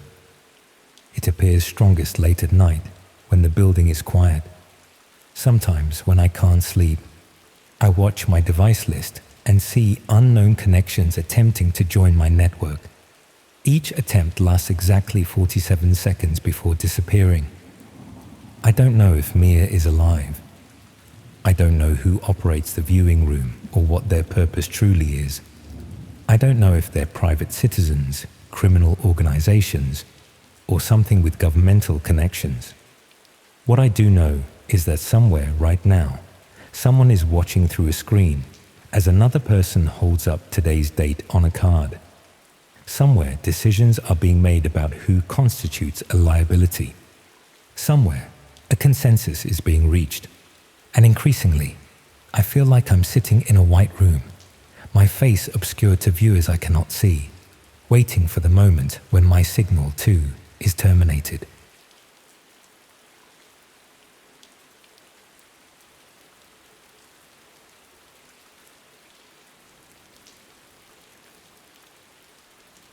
I started working from home last January. The transition wasn't difficult. My job as a data analyst for a health insurance company translated well to remote work. Just me, my laptop, and endless spreadsheets tracking claim patterns and cost projections. The company sent us home with monitors, docking stations, and even ergonomic chairs. They wanted to make sure our productivity wouldn't suffer during the isolation. My apartment wasn't ideal for a home office. One bedroom, thin walls, and neighbors who seemed determined to renovate during business hours. I converted half my living room into a workspace, setting up near the window for natural light. The arrangement worked well enough for the first few months. My internet connection was reliable, my work routine established, my performance reviews positive. In April, I started having connection issues. Video calls would freeze, downloads would stall. Websites that had loaded instantly now took ages to appear. At first, I blamed my service provider. They were notorious for throttling speeds during peak hours. But after several technician visits and modem replacements, the problems persisted. Strangely, the issues seemed most pronounced between midnight and 4 a.m., when I wasn't even using the internet. I started monitoring my network traffic using software recommended by our IT department. The data showed massive bandwidth consumption during those early morning hours, despite all my devices supposedly being in sleep mode. Something was using my connection and using it heavily. My first thought was a neighbor had somehow accessed my network. I changed my Wi-Fi password, enabled additional security features, and installed a VPN. The mysterious usage continued. Next, I suspected malware. Perhaps my laptop had been compromised and was part of some botnet. I ran every scanning tool available, finding nothing unusual. The IT team remotely inspected my work laptop and pronounced it clean. The mystery bothered me enough that I began staying up late, watching the network monitor in real time, trying to identify which device was responsible. My sleep suffered. Dark circles formed under my eyes. My work performance began to decline. Colleagues commented on my appearance during video calls. I started keeping the camera off. One night in May, around 1 a.m., I caught it happening. The network monitor showed active data transfer, nearly maxing out my bandwidth. The source was a device listed only as media server, something I didn't recognize and certainly hadn't set up. I immediately logged into my router's admin panel to block the device, but when I refreshed the connected devices list, media server had disappeared. The next day, I contacted my building's management company about the internet issues. The maintenance supervisor suggested I might be picking up interference from other apartments and recommended positioning my router away from shared walls. When I mentioned the mysterious device, he seemed uninterested, attributing it to a neighbor's smart TV or gaming system, briefly connecting to the wrong network. That explanation didn't satisfy me. I ordered a new router with advanced security features, setting it up to log all connection attempts and data usage. by device. That night, I stayed up again, watching the logs in real time. At precisely 1:17 a.m., Media Server appeared again, beginning its huge data transfers. This time, I managed to capture its MAC address before it disappeared, a unique identifier that should help track down the physical device. The next morning, I contacted a friend who works in cybersecurity. He couldn't identify the manufacturer from the MAC address. It seemed to be using a randomized identifier that changed with each connection. This was sophisticated behavior, not typical of consumer electronics accidentally connecting to the wrong network. When I shared the timing pattern and bandwidth usage, he grew concerned. The behavior matched what he called data mules, compromised networks used to transmit large encrypted files during low traffic hours. My friend warned me that my network might be being used for transferring illegal content, anything from stolen financial data to more disturbing materials. He recommended I contact my internet service provider and possibly law enforcement. The thought that my connection might be facilitating something illegal made me deeply uncomfortable. Before taking that step, I decided to gather more information. I set up additional monitoring software that could track not just the amount of data, but also attempt to identify the type of traffic and its destination. The results were puzzling. The data wasn't being sent to multiple destinations as would be expected with botnet activity. Instead, it was a sustained connection to a single endpoint, using encrypted protocols that masked the content. The destination IP address changed nightly, but always pointed to servers using Tor exit nodes, the infrastructure of the so-called dark web. My friend confirmed this was consistent with someone using my network as a relay for accessing hidden services, potentially to mask their own identity. The question remained, who was doing this and how had they gained access? I became obsessed with finding answers. I started logging every electronic device in my apartment, not just computers and phones, but the smart TV, digital thermostat, even the refrigerator with its internet connectivity feature. None matched the mysterious Media Server MAC address. I checked for hidden devices, looking behind furniture, inside vents, examining the electrical outlets for suspicious adapters. Nothing. In June, after 6 weeks of disrupted sleep and growing anxiety, I made a breakthrough. The mystery device only connected when I was home. On nights I stayed at a friend's place or worked late at a coffee shop. My network log showed no unusual activity. The implication was unsettling. Whatever was happening was somehow tied to my presence. That night, I conducted an experiment. I left all my devices powered on as usual, but shut off the bedroom and bathroom lights, creating the impression I had gone to sleep. Then I sat in darkness near my router, a network analyzer running silently on my laptop. At 1:14 a.m., I heard a soft electronic tone from somewhere in my apartment, almost imperceptible, like the sound a device makes when powering on. 3 minutes later, Media Server appeared on my network. I tracked the signal strength, moving my laptop around the apartment to find where it was strongest. The source appeared to be my bedroom. I searched methodically, under the bed, in the closet, behind the dresser. Nothing. Then I noticed my work laptop, closed and apparently asleep on the nightstand. According to my monitoring software, it wasn't the source. But when I opened it, the screen remained dark while the power indicator showed it was running.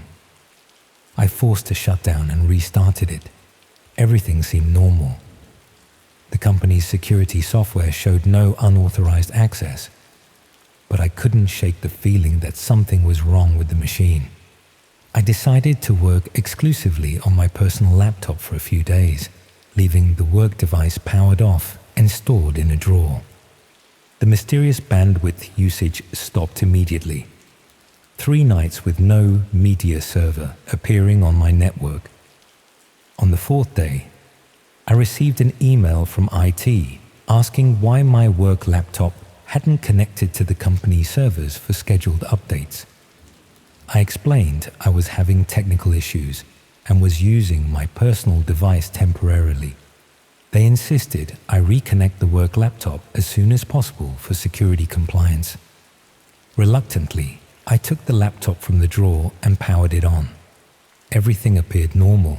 Same login screen, same desktop configuration, same applications. But that night, media server reappeared on my network at exactly 1:17 a.m. I was now convinced the work laptop contained something it shouldn't. I contacted IT again, more explicitly describing my concerns.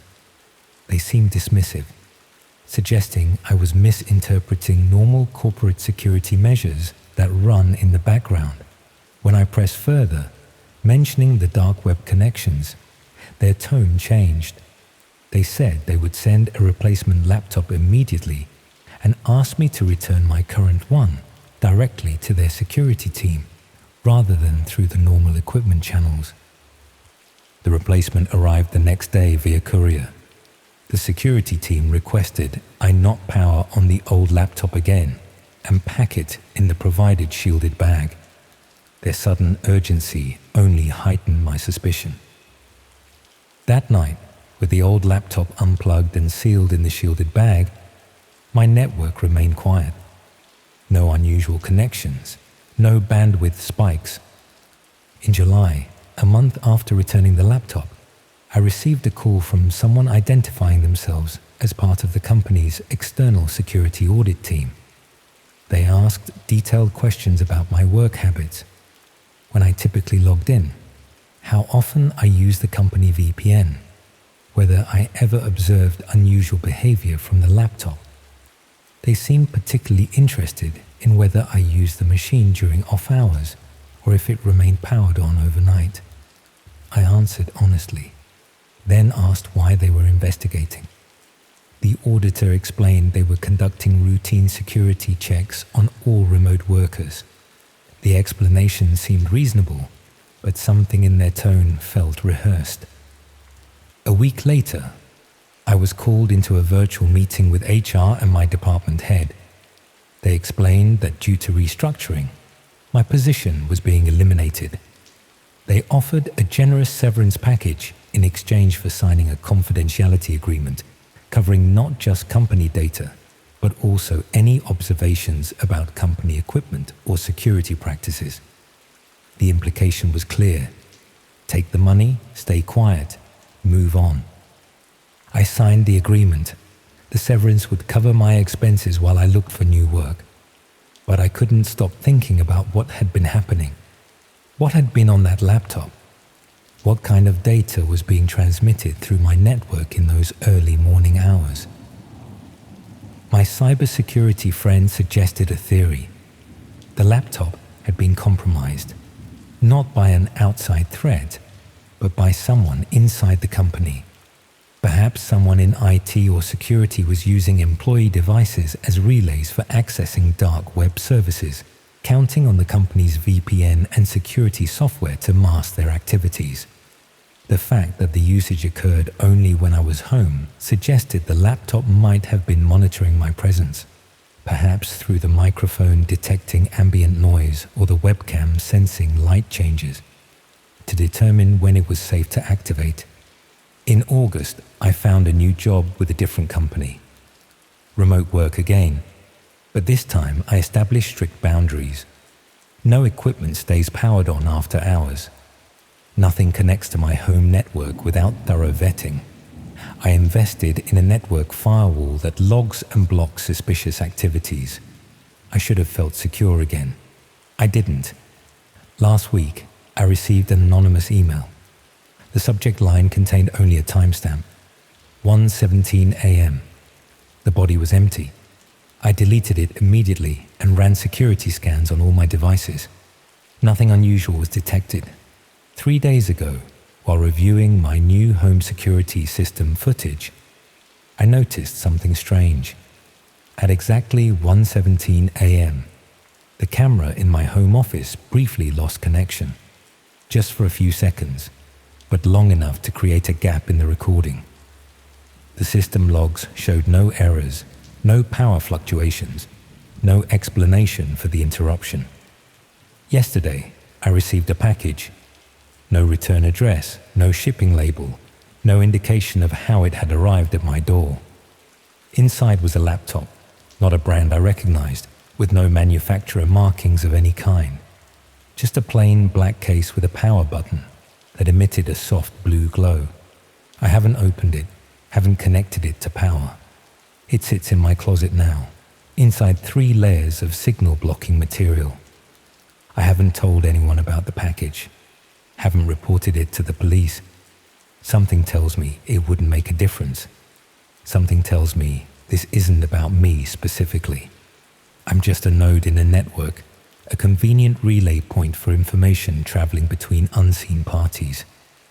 Sometimes at night, I wake suddenly at 1:16 a.m., 1 minute before whatever this is activates. I lie in bed, listening to the silence of my apartment, waiting for that soft electronic tone I heard months ago. Sometimes I think I hear it, just at the edge of perception. Sometimes I convince myself it's just imagination. But the other night, I checked my network logs out of habit.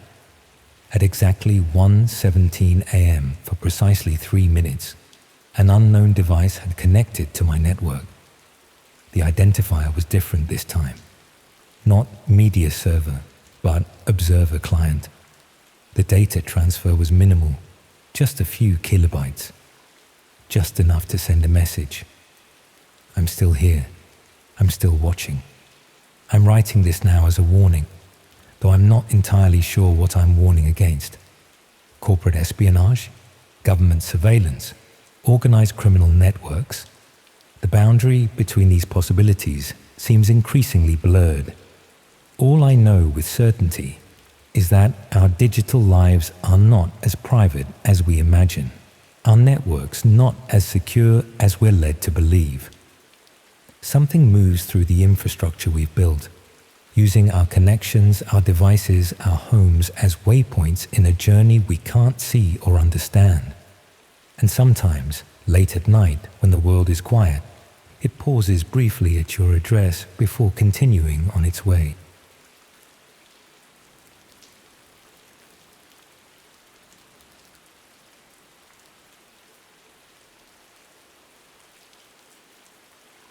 I always thought people who stumbled onto terrible things were careless or unlucky.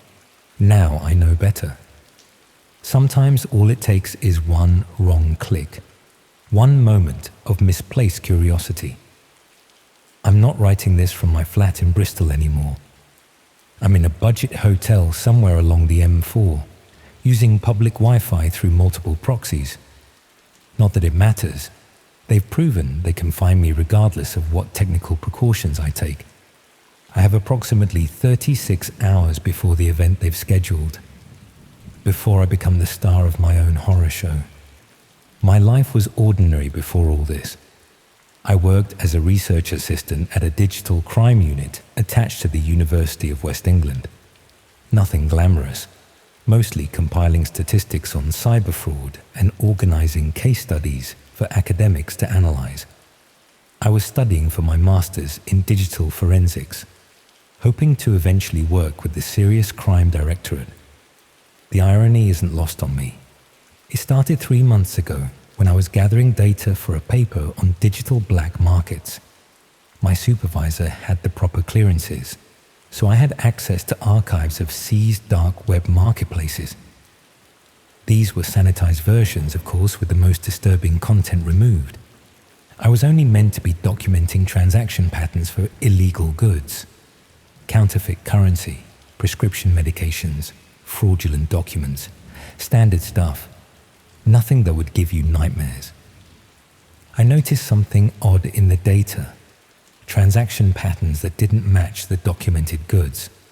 Large cryptocurrency transfers happening at scheduled times with no corresponding product listings. just numbered slots and user counts, sometimes reaching into the thousands. The records were fragmentary since most had been redacted, but there was a pattern if you knew what to look for. My job was pattern recognition, after all. I made the mistake of asking my supervisor about these anomalies. His reaction was odd, dismissive at first, then strangely concerned. He took my notes, told me to focus on the established parameters of the research, and said he'd look into it. That should have been my first warning. The second came a week later when I found my database. Access had been quietly restricted. Curiosity is a powerful motivator, especially when combined with wounded professional pride. If I'd been sensible, I would have left it alone. Instead, I began using my personal laptop after hours, accessing Tor networks through my home internet. My reasoning was sound. How could I properly study digital black markets if I was only seeing the sanitized version? How could I contribute meaningfully to research if I didn't understand what was being hidden? I wasn't looking for anything horrible. I was looking for answers to academic questions. That's what I told myself. The dark web itself wasn't particularly shocking.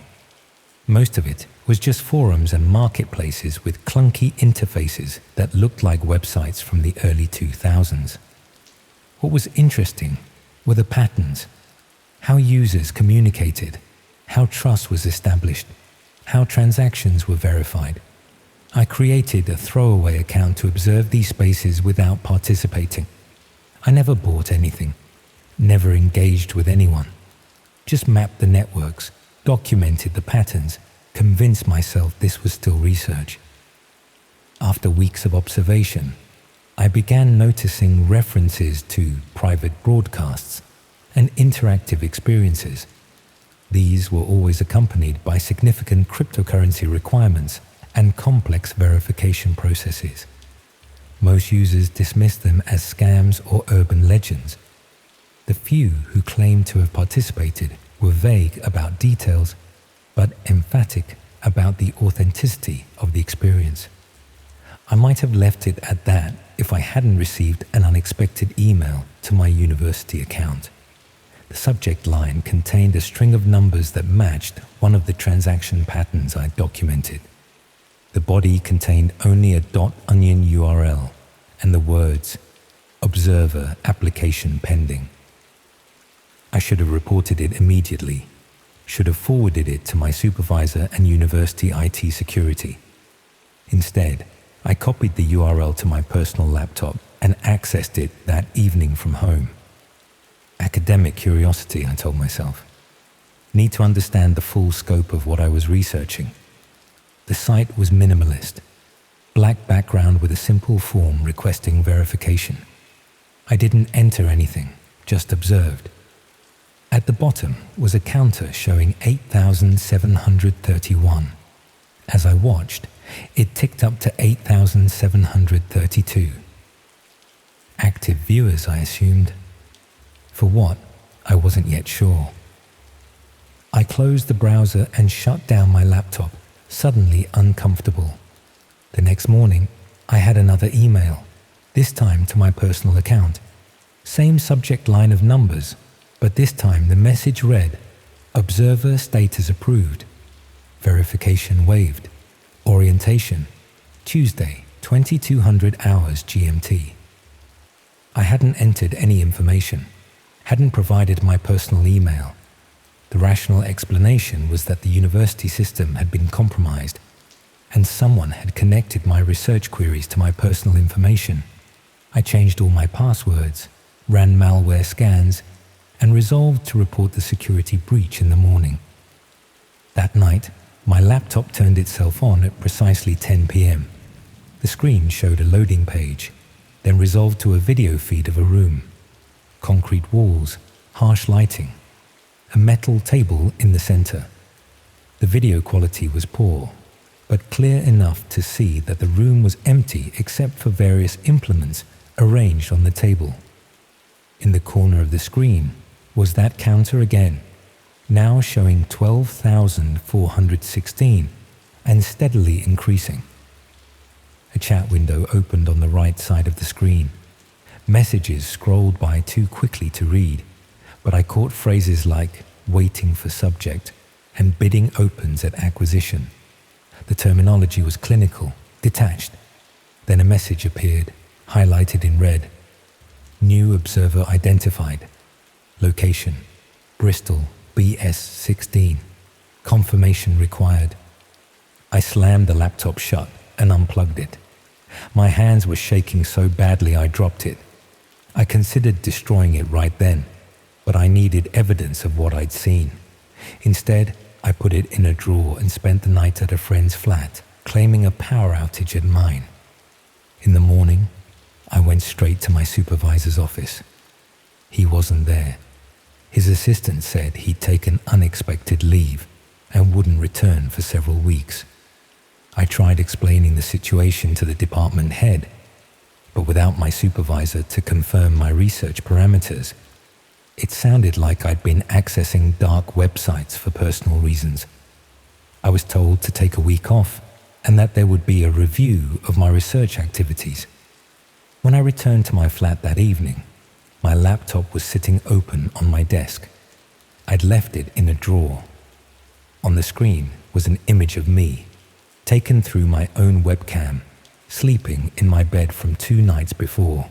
Below it was text. Observer status revoked.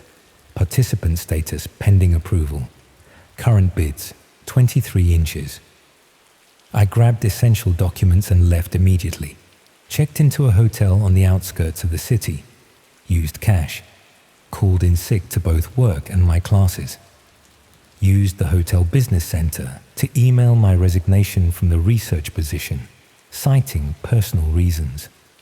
I spent the next 3 days moving between hotels, trying to understand what was happening. I bought a burner phone, contacted a friend who worked in cybersecurity. He agreed to meet me in a public place, a busy cafe in the city center. I arrived early, chose a table with a view of both entrances. He never showed. Instead, I received a text on my new phone, which I'd given to no one except him. Meeting cancelled. Observer count 31,842.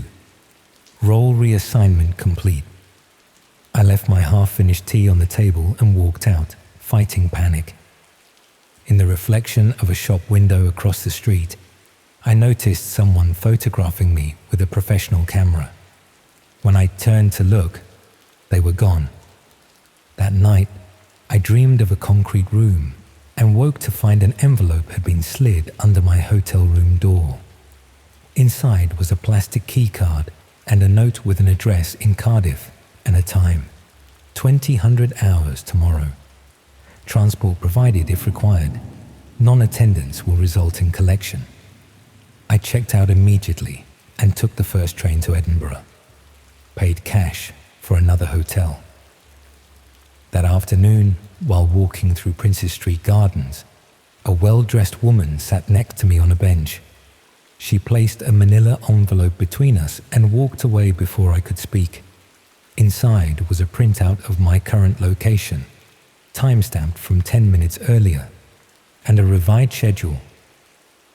Procedure delayed due to travel.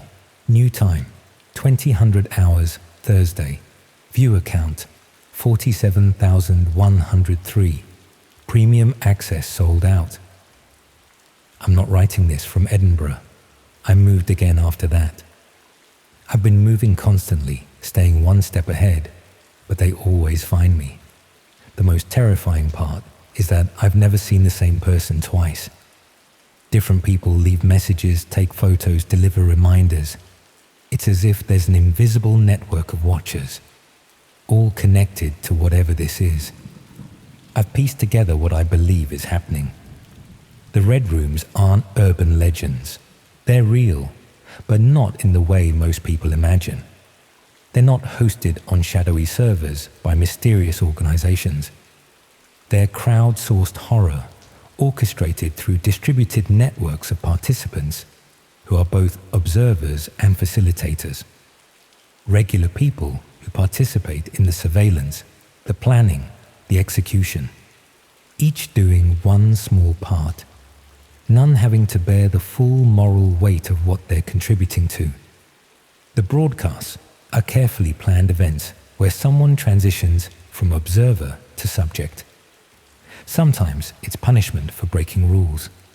Sometimes it's random selection. Sometimes it's based on viewer voting. I don't know which category I fall into.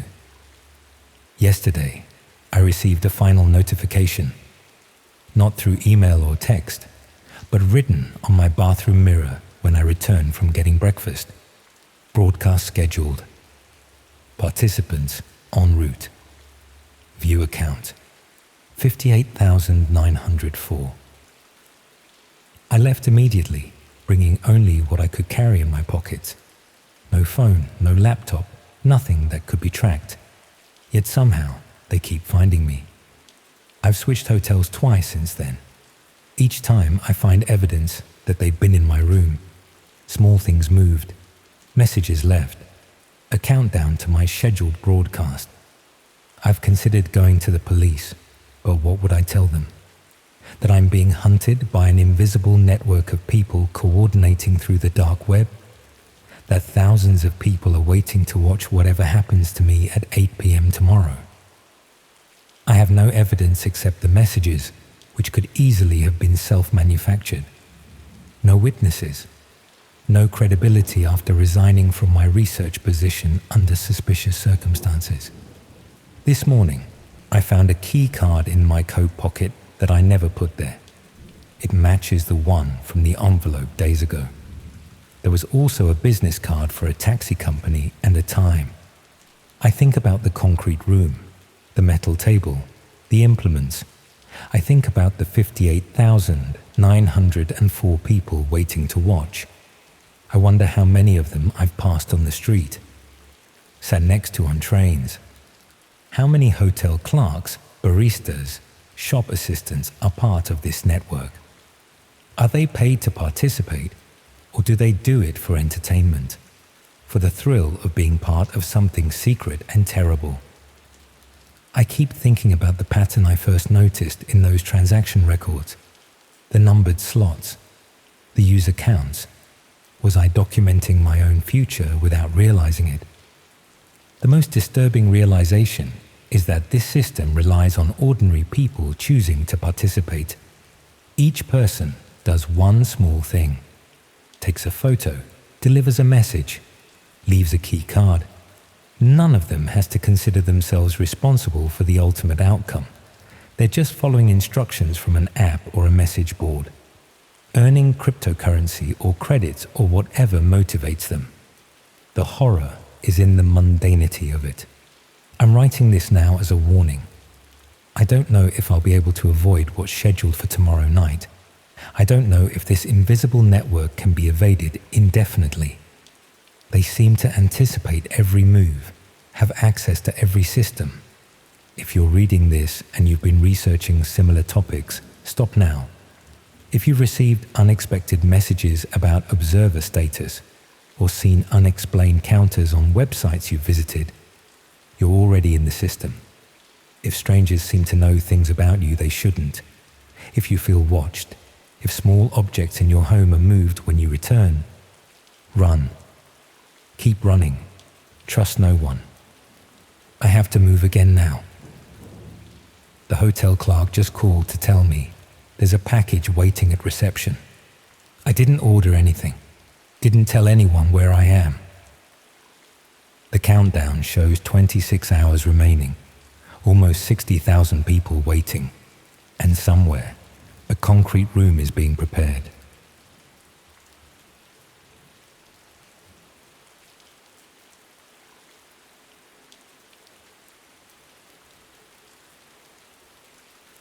I never thought I'd be the type of person to get mixed up in something like this.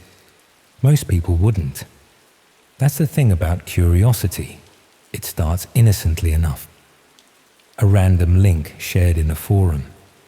A passing comment about the dark web that piques your interest. For me, it began with an article I read about internet privacy and security. The author mentioned Tor browsers and onion routing almost as an afterthought. I didn't even know what those things were at the time. I'm a network engineer by trade. My days revolve around making sure corporate systems stay operational, patching vulnerabilities, monitoring traffic patterns. Nothing extraordinary. Just another tech guy with a modest apartment, a decent salary, and too much free time on his hands. Maybe that's why I installed the Tor browser that night. Professional development, I told myself. Good to understand how these things work. The first few days exploring the dark web were disappointingly mundane. Forums discussing privacy rights, marketplaces selling things I had no interest in, dead links, slow loading times. It was like visiting the internet of the early 2000s, minus the charm. I was about to uninstall the whole thing when I stumbled across a thread discussing something called red rooms. The concept seemed absurd at first. Live streaming platforms where viewers could watch and even direct acts of violence against unwilling participants. Urban legends, I thought. Internet boogeyman stories to scare the uninitiated. Most people in the thread seemed to agree. They were myths, impossible to operate given bandwidth limitations and the technical difficulties of secure streaming. A few individuals insisted they existed, but provided no evidence, no links. Then someone posted coordinates. Not a web address, but a string of characters, numbers, and symbols that meant nothing to me. Someone else responded with a single word. The thread went quiet after that. I copied the string. I shouldn't have done that. Everything would be different if I had just closed the browser right then. It took me 3 days to figure out what to do with those characters. The solution came from an obscure subforum where users discuss cryptographic methods. The string was a key of sorts, one that had to be entered into a specific field on a specific site at a specific time. The kind of complexity that made me think there really was something to hide. I found the site. A blank page with a single input field. Nothing to indicate what it was for. No text, no images. Just an empty box waiting to be filled. I hesitated before pasting in the string. This was the moment I should have walked away.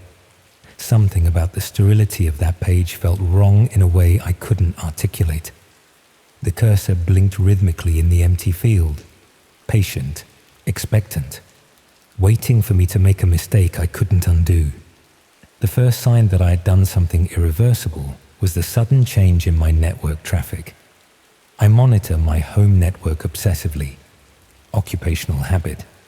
The data pattern shifted, connections multiplying through nodes I couldn't identify. This wasn't normal Tor behavior. My system was being mapped, examined, catalogued by something on the other end. Each packet of data felt like fingers probing through my digital walls, searching for weaknesses, memorizing the layout of my network, of my life. Then the page changed. A loading icon. A countdown timer set to 20 minutes. Nothing else. I waited, telling myself I could close the browser at any time. I didn't. The seconds ticked away, each one dragging longer than the last. My mouth went dry, sweat beaded along my hairline. Still, I waited. Some terrible gravity held me there, unable or unwilling to turn away from what was coming. When the timer reached 0, the stream began. The video quality was surprisingly good. High definition, minimal latency. The room shown was simple. White walls, concrete floor with a drain in the center. A single chair bolted to the floor, empty, waiting. The emptiness of that room hummed with potential violence. The drain in the floor promised the necessity of easy cleaning. The bolted chair spoke of resistance that needed to be overcome. A chat window appeared beside the video feed. Users with alphanumeric names filled the space with scrolling text. I didn't participate, just watched the conversations scroll by. They discussed preferences, made requests. Some offered payment in cryptocurrency.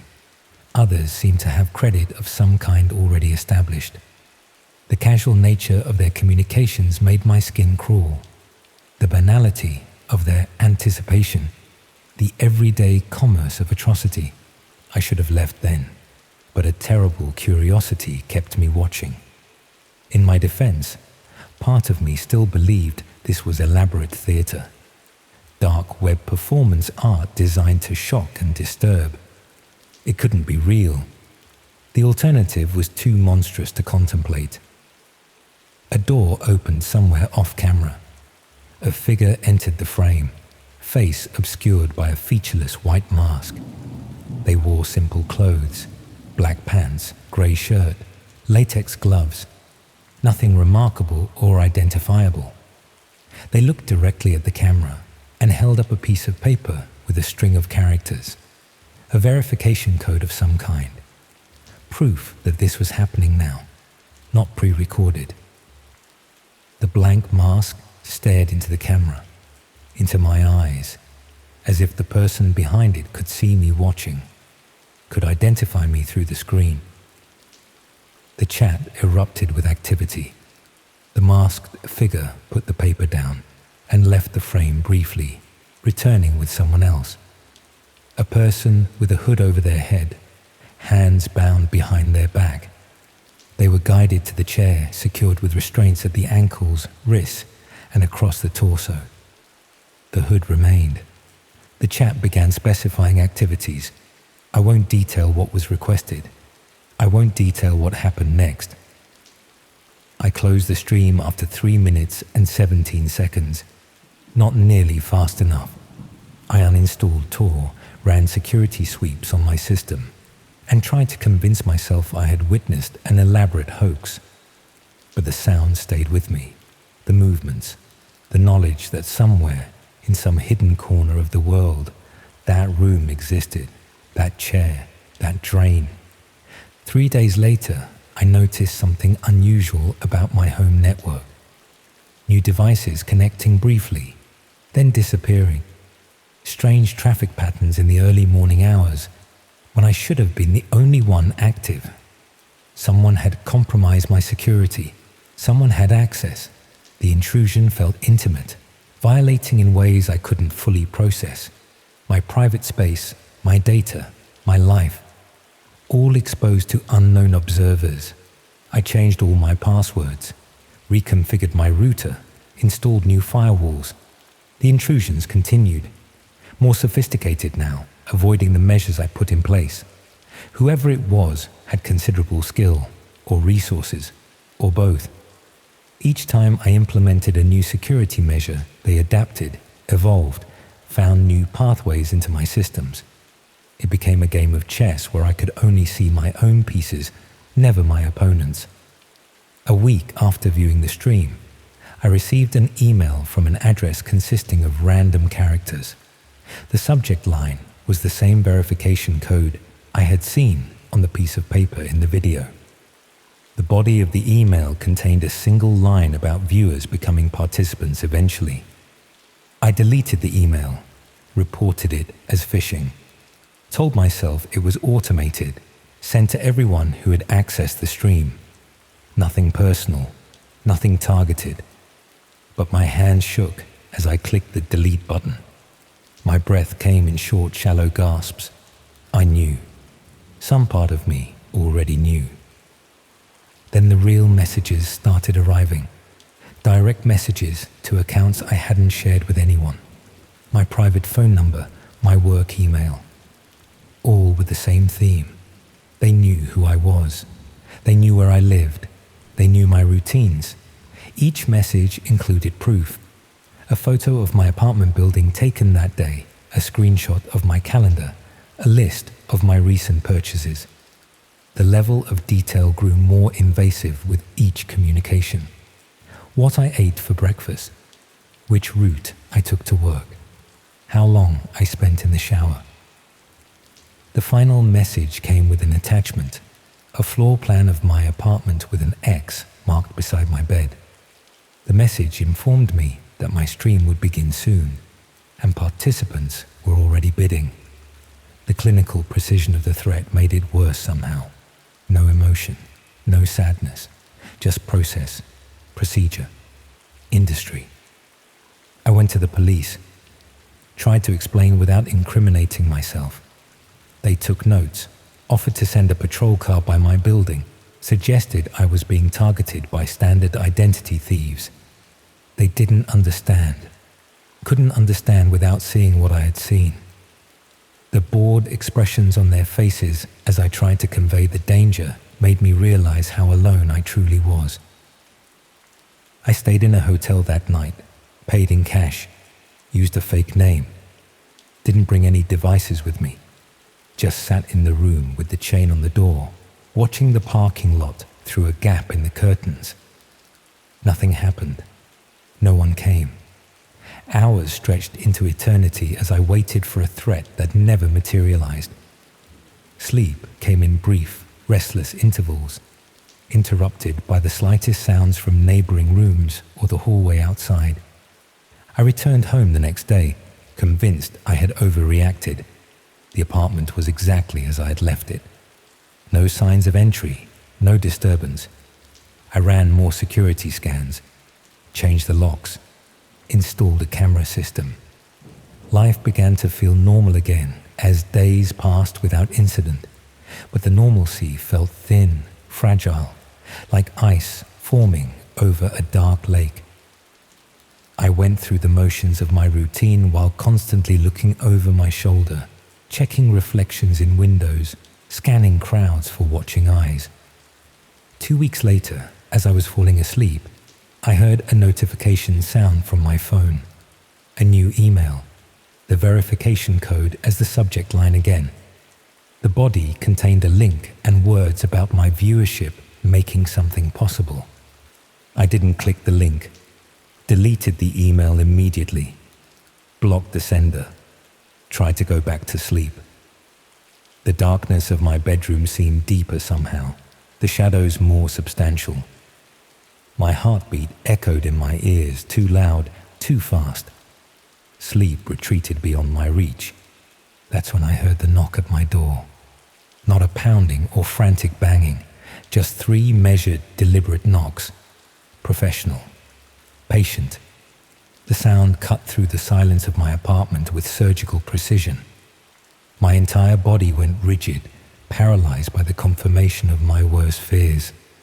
I checked the camera feed on my phone. No one appeared on the screen, just an empty hallway.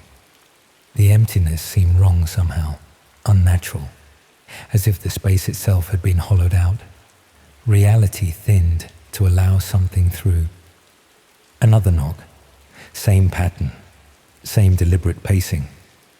The sound seemed to reverberate through my bones, setting my teeth on edge. The empty hallway on my phone screen made no sense. The knocking made no sense.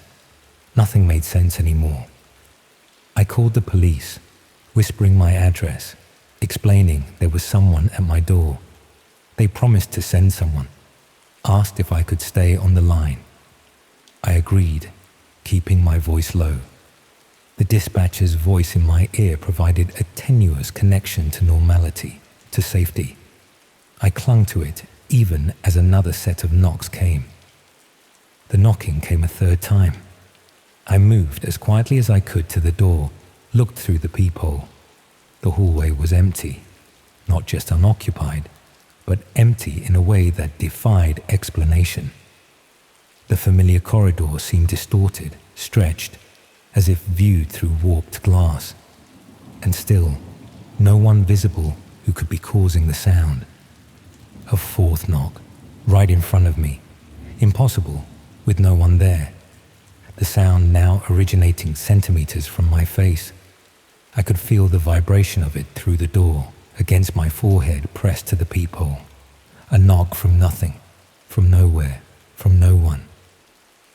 I backed away from the door, explained to the dispatcher what was happening. They asked me to verify my address again, told me units were 3 minutes away. Their voice sounded distant now, underwater, unreachable, the connection failing as reality unraveled around me. The knocking stopped. My phone chimed with a new notification, a text message from my own number informing me they were already inside. The words glowed on the screen, impossible yet undeniable. The air in the apartment changed, grew heavier, charged with presence. No longer alone, no longer safe, never safe again. The police arrived 8 minutes later. They found the door locked, chained from the inside. When no one answered their knocks, they broke the door down. The apartment was empty, no signs of struggle, no evidence anyone had been there besides me.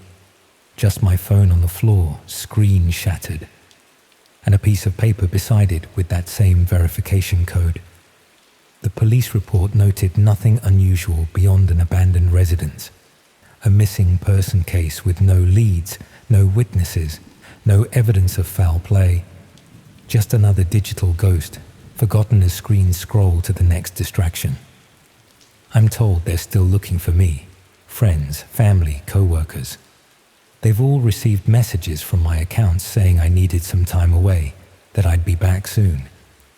The messages include details only I would know, use phrases and expressions specific to me. Perfect digital forgeries maintaining the illusion that I still exist in the world I once knew. They aren't from me. I don't know where I am. The room has white walls, concrete floor with a drain in the center, a single chair that I'm secured to. There's a camera mounted in the corner, its red light constantly on, watching, streaming. The light never blinks, never wavers. A mechanical eye broadcasting my existence to unseen watchers. Sometimes I hear notifications through the walls. Sounds like bids being placed. Sounds like viewers making requests. The same commerce I once witnessed now cycles back to me. The drain in the floor waits patiently. The restraints hold firm. The door remains closed but will open soon. I know what's coming. I've seen this stream before. The other side of the screen now. The other side of the mask. Participant, no longer viewer. If you're reading this, it's because someone wants my story shared. A warning, perhaps. Or an advertisement. The truth doesn't matter anymore. Only the stream matters. Only the viewers matter. Be careful what you look for online. Be careful what you allow yourself to witness. The line between viewer and participant is thinner than you think. A membrane easily punctured. A boundary easily crossed. And if you hear that measured knock at your door someday, don't answer.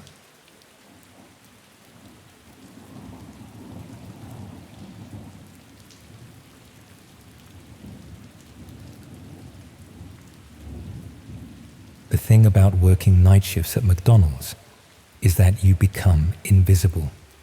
People look through you, not at you. They see the uniform, not the person. For 3 years, I was grateful for that invisibility. Now I'd give anything to truly disappear as tens of thousands of strangers count down the hours until they watch me die. It all began with a customer who kept coming in during my 3 a.m. shifts at the Tottenham Court Road branch. Always ordered the same thing, a black coffee and small fries. Always sat in the corner with his laptop. Always left exactly 1 hour later. Most night workers follow patterns, so I didn't think much of it until the night he forgot his USB drive on the table. I should have turned it in to lost property. Should have left it at the register for him to collect next time. But curiosity has always been my downfall. 6 months ago, I was just a McDonald's worker pulling night shifts in central London. Nothing special about me. Just another face on the night tube. Another overpriced flat shared with 3 others in Hackney. Another Sunday morning sleeping until 2 p.m. The kind of forgettable existence that feels safe precisely because no one's paying attention. I've always been interested in computers, not in any professional way, but as an escape from the monotony of fast food work. I'd spend my days off exploring the internet, learning basic coding, playing with old laptops I'd fix up from charity shops. I ran a small Instagram account reviewing budget tech for working class people. A few hundred followers, nothing special. That night, after my shift ended, I took the USB drive home. It looked ordinary, black plastic, no brand name. I told myself I was just checking for contact information so I could return it. The drive contained several folders with mundane labels like work projects and personal. But there was one oddly named folder, just a string of numbers and letters. Inside was a single video file. When I played it, the screen remained black for several seconds before showing what appeared to be a dimly lit room. Concrete walls, a drain in the floor, a metal table with restraints. The video showed no people, just the empty room from a fixed camera angle. In the corner of the frame was a counter displaying a 4-digit number. As I watched, it increased by 1. The video ended after exactly 3 minutes. I should have deleted it immediately, should have thrown the drive away. Instead, I kept watching it, trying to understand what I was seeing. There was something unsettling about that empty room, about the steadily increasing counter. I couldn't explain why, but it filled me with a sense of dread that lingered long after I'd shut down my computer. A week passed. The regular customer didn't return to McDonald's, and I nearly forgot about the USB drive and its strange contents. Then one night, as I was walking home after my shift, I noticed someone following me. A man in a dark coat, keeping a consistent distance behind me. When I turned corners, he turned too. When I quickened my pace, he matched it. I ducked into a 24-hour Tesco to lose him, waiting among the cereal aisles for 20 minutes before continuing home by a different route. When I arrived at my flat, I found my door unlocked. My roommates were all away that weekend, so I knew it should have been secure. Inside, nothing appeared to be missing or disturbed, but my laptop was open on my bed. I always shut it down before leaving. On the screen was a website with a black background, a counter showing thousands of viewers, and the button labeled Verify.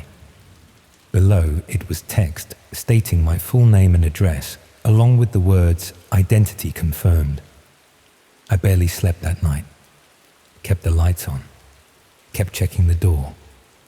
In the morning, I went to work as usual, trying to convince myself that this was some elaborate prank.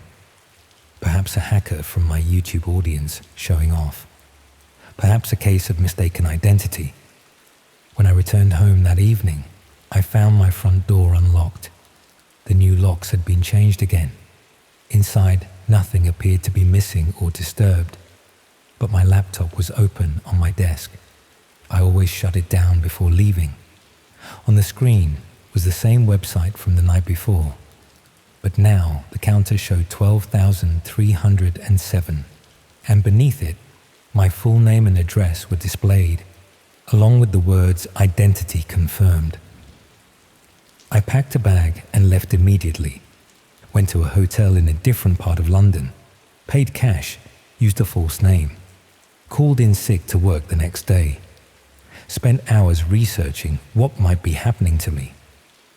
That's when I first learned about red rooms, supposedly live-stream torture or murder on the dark web, where viewers could pay to watch or even influence what happened to the victims. Most articles insisted they were urban legends. Technical experts claimed the dark web wasn't capable of supporting the bandwidth needed for live video streaming to large audiences. Law enforcement officials stated there had never been a verified case of a genuine red room. But what if they were wrong? What if someone had found a way to make it work? I stayed in the hotel for 3 days, On the fourth morning, I woke to find a note on the bedside table that hadn't been there when I went to sleep. It contained another web address and the message, "Observer status approved. Event scheduled." There was also a date and time, exactly 2 weeks from that day. I checked out immediately and went to the police. Tried to explain what was happening. Showed them the USB drive with the footage of me sleeping. They took a report, expressed concern about the break-ins, but became noticeably skeptical when I mentioned the dark web and the possibility of red rooms.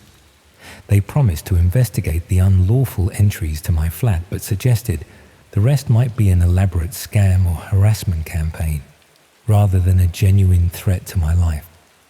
I couldn't go back to my flat, couldn't go to work, couldn't contact friends or family for fear of putting them at risk. I withdrew as much cash as possible from my accounts and traveled to Manchester, where I checked into another hotel under another false name.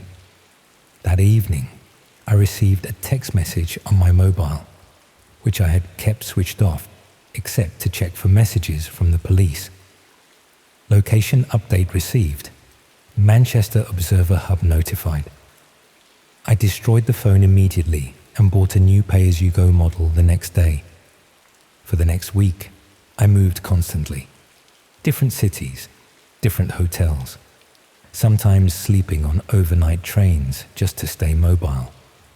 I grew a beard, wore hats and sunglasses, paid for everything in cash, never stayed anywhere more than one night. Despite these precautions, they kept finding me. Notes would appear in my hotel rooms, messages written on bathroom mirrors in condensation. Once, I returned to a room to find my laptop, which I had left packed in my bag, open on the desk with a browser showing the mysterious website. The counter had grown to tens of thousands, and now there was a countdown timer showing days, hours, and minutes until the event. I began to notice other disturbing patterns. People photographing me in public places, the same car appearing multiple times in different cities, hotel staff who seemed to recognize me despite my using different names. It felt as if an invisible network was tracking my every move, always one step ahead. After 10 days of running, I found myself in Edinburgh, exhausted and nearly out of money. I checked into a small B&B on the outskirts of the city, planning to rest for a few hours before moving again. When I entered the room, I found a laptop waiting for me on the bed. Not mine, a new one. When I opened it, the screen showed a 3D floor plan of what appeared to be an industrial building. One room was highlighted in red, containing what looked like a metal table with restraints. The blueprint was labeled Edinburgh Facility. Below the image was the current counter, now numbering in the many tens of thousands, and the countdown timer, showing less than 3 days remaining. There was also a new message. Transport will be provided. Non-compliance will result in collateral targeting of known associates. Beneath this was a list of names. My parents, my sister, my closest friends. That's when I realized the true scope of what I was facing. This wasn't one person stalking me. This wasn't even a small group. This was an organized network with resources, reach, and apparently unlimited access to information about me and everyone I cared about. I considered ending my own life to deny them their event, but the threat against my family stopped me. Without knowing the extent of this network, I couldn't be sure they wouldn't follow through regardless. Instead, I formulated a plan. I would go to the police again, this time with the new laptop as evidence. I would insist on protective custody, not just for me, but for my family. I would tell them everything, including my growing suspicion about what the verification process really meant. I believe I wasn't randomly targeted. The original email, the white paper, it was all a test. They were looking for someone with specific knowledge of network security. but not high profile enough to be immediately missed. The verification was confirming I met their criteria. I made it within 2 blocks of the police station before I noticed the surveillance. 3 different people monitoring the approach, all speaking into earpieces. A car idling directly in front. 2 men watching the entrance. They had anticipated this move. I diverted to a public library instead, found a computer. That's where I'm writing this, from a public library computer. A warning, a record, evidence of what's happening, in case anyone ever investigates my disappearance. The counter on the website now shows tens of thousands of viewers. The countdown is at less than a day and counting. I have to assume they're monitoring public networks, so I won't be able to stay here long. Here's what I've pieced together. The dark web isn't just hosting these red rooms, it's being used to coordinate an entire infrastructure around them. Spotters, monitors, facilities in different cities, a subscription base that apparently numbers in the tens of thousands. Most disturbing is the verification process itself. I think the reason these red rooms have never been conclusively proven to exist is that they're constantly changing, moving between locations, using different methods, different personnel. No one person knows the entire operation except those at the very top. The participants, the viewers, are verified gradually through a series of interactions that assess their trustworthiness and commitment. Each is given small tasks related to monitoring or facilitating. Each becomes complicit in the system before they ever see a full event. By the time they witness what really happens, they're already implicated, already part of it, already unable to go to authorities without incriminating themselves. It's the perfect self-sustaining system of horror. Everyone involved has incentive to maintain secrecy. Everyone shares in the culpability. Everyone is both observer and participant. I wonder how many others have written warnings like this one. How many have tried to expose what's happening only to disappear before anyone took them seriously? How many have ended up on those metal tables in nondescript industrial buildings, their final hours broadcast to thousands of paying viewers? The librarian is giving me odd looks. I've been here too long. Someone just entered wearing an earpiece. I need to move again. If you're reading this and you receive an email asking for your professional opinion on something related to your field, be careful. If you receive strange messages about verification processes, be afraid. If you find evidence that someone has been in your home while you slept, run and keep running. The counter never stops growing. Right now, tens of thousands of people are waiting to watch what happens to me tomorrow night. How many will be watching when they come for you? I'm leaving the library now. I still have less than a day to find a way out of this, to protect my family, to somehow disappear more effectively than I have so far. I don't have much hope, but I have to try. Remember my warning. The red rooms are real. The network is vast, and the verification process may already have begun for you without your knowledge. One click is all it takes.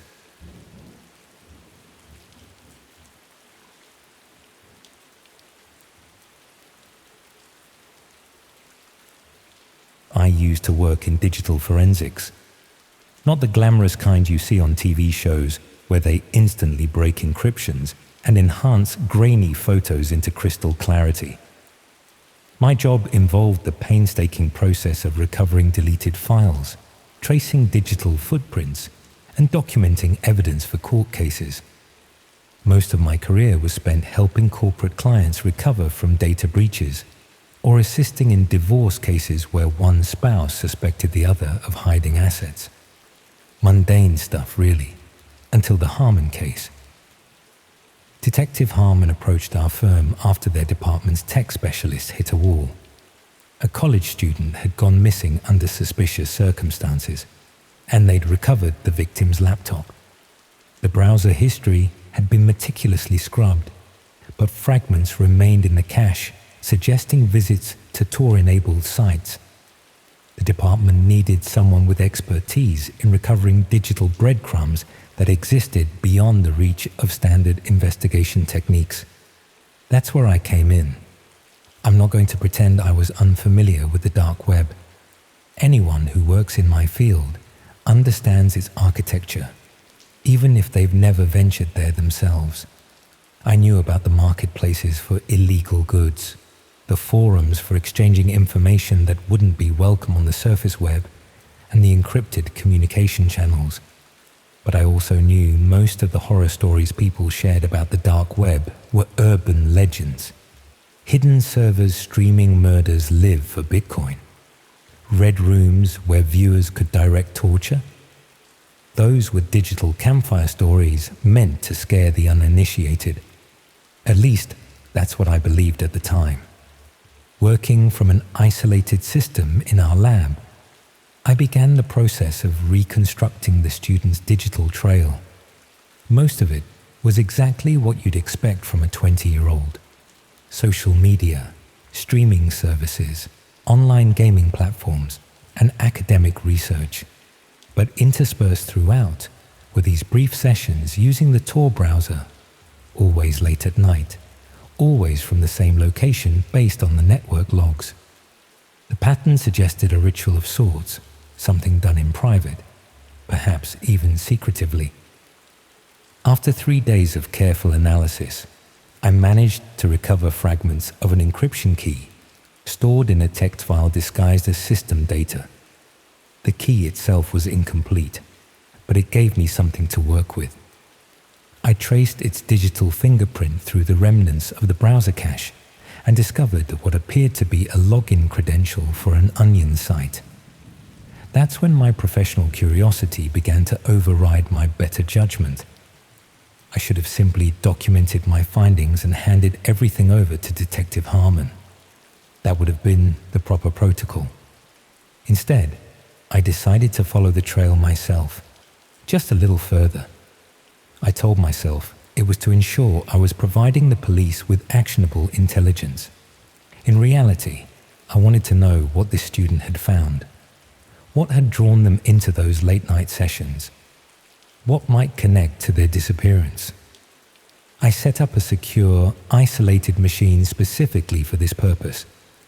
Multiple VPNs, traffic routing through several countries, disconnected from any of our firm's systems. Every precaution possible. The address recovered from the student's computer led to what appeared to be a forum, but access required both the encryption key I'd found and another credential I didn't have. A dead end, or so it seemed. Further analysis of the recovered data revealed communication with another user, someone who had apparently provided guidance on accessing certain areas of the dark web. I managed to find fragments of these conversations, not enough to identify the other party, but enough to piece together instructions for generating the second credential needed for the forum. It took another day of work, but eventually I had what I needed. I accessed the forum on my isolated machine. What I found wasn't immediately alarming. Discussions about privacy, cryptocurrency, philosophy. Nothing illegal on its face. But there was a section accessible only to users with a certain status. The missing student had apparently reached that status shortly before their disappearance. I couldn't access this restricted area, but I could see references to it in other conversations. Users spoke about observations and sessions in terminology that seemed deliberately vague. They discussed payment methods and scheduling. One thread mentioned preference settings and interaction parameters. All of it couched in ambiguous language that could have meant anything from watching academic lectures to something far more sinister. 2 weeks into my investigation, I received an unexpected message on the forum from a user named Artemis Prime. They wanted to know if I was interested in gaining access to the restricted section. The timing was suspicious. I hadn't been active enough on the forum to naturally attract this kind of attention. Either the forum had sophisticated security that had identified me as an outsider, or someone had been monitoring the recovery attempts on the student's computer and traced them back to me. Neither possibility was comforting. I created a plausible cover story and expressed interest. Artemis Prime explained that the restricted section hosted special live streams for members who had proven both their discretion and their financial commitment. The price for access was substantial, $5,000 in cryptocurrency. When I asked what kind of content these live streams contained, the answer was vague but unsettling. They offered interactive observation experiences that couldn't be found anywhere else. Viewers could influence outcomes in real time. I reported all of this to Detective Harmon, who brought in federal authorities. They advised me to maintain communication with Artemis Prime while they attempted to trace the user's location. For 3 days, I continued the conversation, expressing interest, but asking for more details before committing the money. Artemis Prime eventually offered me a free preview session scheduled for midnight the following day. Against the advice of the federal agents, I agreed to observe the preview. Their concern was that viewing any content might constitute criminal activity on my part, depending on what was shown. My argument was that we needed to know exactly what we were dealing with, and that, as a forensic investigator, I had viewed illegal content before when it was necessary for an investigation. Eventually, they relented, on the condition that I would terminate the connection immediately if the content clearly involved illegal activity. The night of the preview session, I sat in a secured room at the federal building, surrounded by agents specializing in cybercrime. My isolated laptop was connected to a larger monitor, so everyone could see what I was seeing, but the connection itself remained solely through my machine. At precisely midnight, I received a link from Artemis Prime, valid for 5 minutes only. The link led to a streaming page with minimalist design. Black background, a video player in the center, a small chat window to the right, a countdown timer showing 15 minutes. The video showed an empty room with white walls, a single chair in the center, nothing else. The chat window showed about 24 usernames, none recognizable. Most were strings of numbers and letters. No one was typing. 3 minutes into the stream, the door to the room opened. A figure entered, wearing a black hood that obscured their face completely. They carried a small digital tablet. The person sat in the chair, holding the tablet facing the camera. On the screen was today's date and time, along with a random string of characters that had been generated in the chat window seconds earlier. This was proof that the stream was live, not pre-recorded. The hooded figure set the tablet aside and pulled out a small card, which they held up to the camera. On it was written my username on the forum, along with the words, "Welcome to your preview." The federal agents exchanged concerned glances. This was meant specifically for me. The observers were being observed. For the next 10 minutes, nothing happened. The hooded figure simply sat there, occasionally checking the tablet. The chat remained inactive. Then, just as the countdown timer reached 1 minute remaining, the figure held up the tablet again. On it was a message addressed to me by my real name. Not my username, but my actual name. It listed my home address, the name of my firm, and the names of my family members. It ended with a simple statement. The preview isn't what we're showing you. It's who we're showing you to. The federal agents immediately terminated the connection and moved me and my family to a secure location. The investigation shifted from finding the missing student to identifying who was behind the stream and how they had obtained my personal information.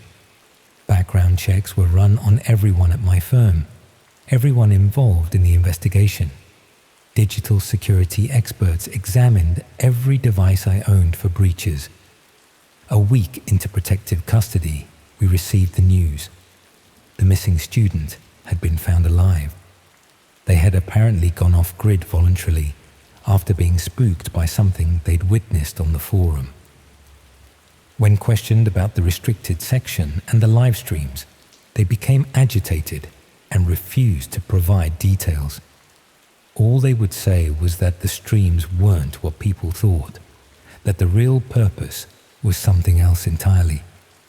The federal investigation identified several members of the forum, including Artemis Prime, though no arrests were made. The official conclusion was that the forum was running an elaborate scam, charging significant amounts of money for staged extreme content that created the illusion of red rooms without actually committing violent crimes. The personal information they had about me had been gathered through social engineering and basic doxing techniques.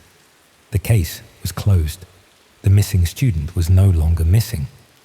No laws had technically been broken. Life could go back to normal. Except it doesn't work that way. Not really. 2 months after returning home, I received an envelope in the mail with no return address. Inside was a single photograph showing the interior of my bedroom, taken from the perspective of the computer webcam. The metadata embedded in the image indicated it had been taken 3 days earlier at 2:17 a.m. I had been asleep in the bed visible in the frame. I immediately checked my computer for malware, replaced the webcam with one that had a physical cover, and installed additional security systems in my home. I didn't tell my family or the authorities about the photograph. There didn't seem to be a point. What could they do that hadn't already been done? A week later, another envelope arrived. This one contained a USB drive. Against all better judgment and professional protocols, I connected it to an isolated machine. It contained a single video file. The thumbnail showed the white room from the live stream. I didn't play it. I destroyed the drive and reinforced all of my digital security measures. The envelope stopped coming after that, but other things started happening. Small disturbances in my daily routine. Items in my home slightly moved from where I'd left them. The sense of being watched during my commute to work. A glimpse of a hooded figure in a passing crowd. Nothing concrete enough to report. Nothing I could prove wasn't my imagination working overtime. I started noticing patterns in the timing of these disturbances. They always happened on days when I'd used the internet for anything more sensitive than checking the weather. Online banking, emails containing personal information, searching for information related to security systems. Any of these would be followed by some small sign that I was being observed. 6 months after the investigation, I attended a cybersecurity conference in my professional capacity. During a panel discussion on privacy threats, one of the speakers made eye contact with me in the audience. I had never met them before, but something in their expression suggested recognition. After the panel, they approached me directly, leaned close, and whispered in my ear. No introduction, no preamble, just 5 words. They never stopped watching you. The speaker disappeared into the crowd before I could respond or ask questions. I left the conference immediately and spent the night systematically checking every device I owned, every account, every possible digital vulnerability. I found nothing unusual. Everything appeared secure. But that night, I woke at exactly 2:17 a.m. to the distinct feeling of being observed. The room was empty. The webcam light was off. All was still. Yet the sensation persisted. I've since learned that what we discovered wasn't a red room in the traditional sense. It wasn't about watching violence or exploitation. It was something potentially more disturbing. a network dedicated to the comprehensive observation of specific individuals. The interactive element wasn't about directing harm, but rather about collectively monitoring, studying, and subtly interfering with the lives of targeted subjects. The missing student hadn't been a victim in the way we initially feared, but rather someone who had discovered the network and then been absorbed into it, becoming an observer rather than the observed. I've changed jobs since then, moved across the country, adopted rigorous privacy practices both online and offline. I use only cash when possible, avoid social media entirely, and regularly sweep my living spaces for surveillance devices. Most would call it paranoia.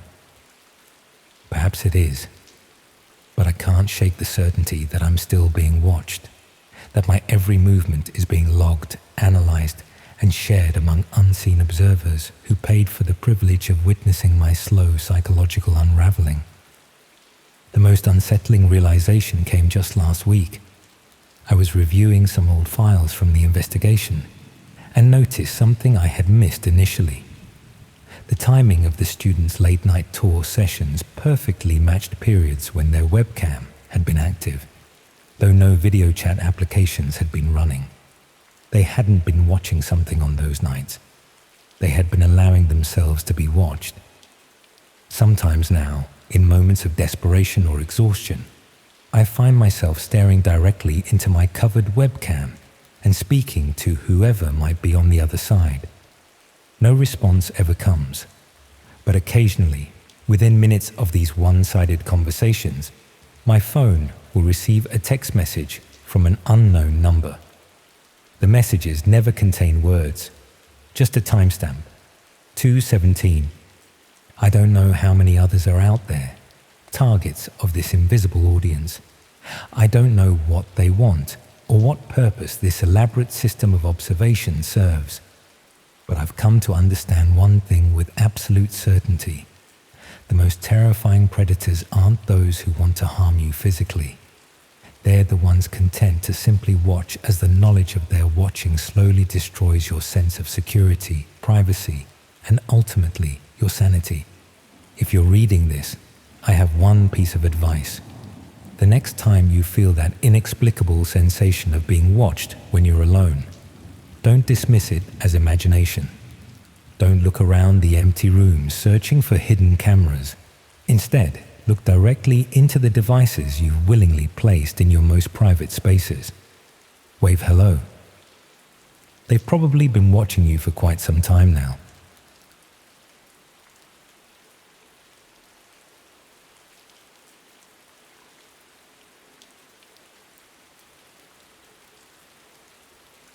I never meant to find it. That's important to understand.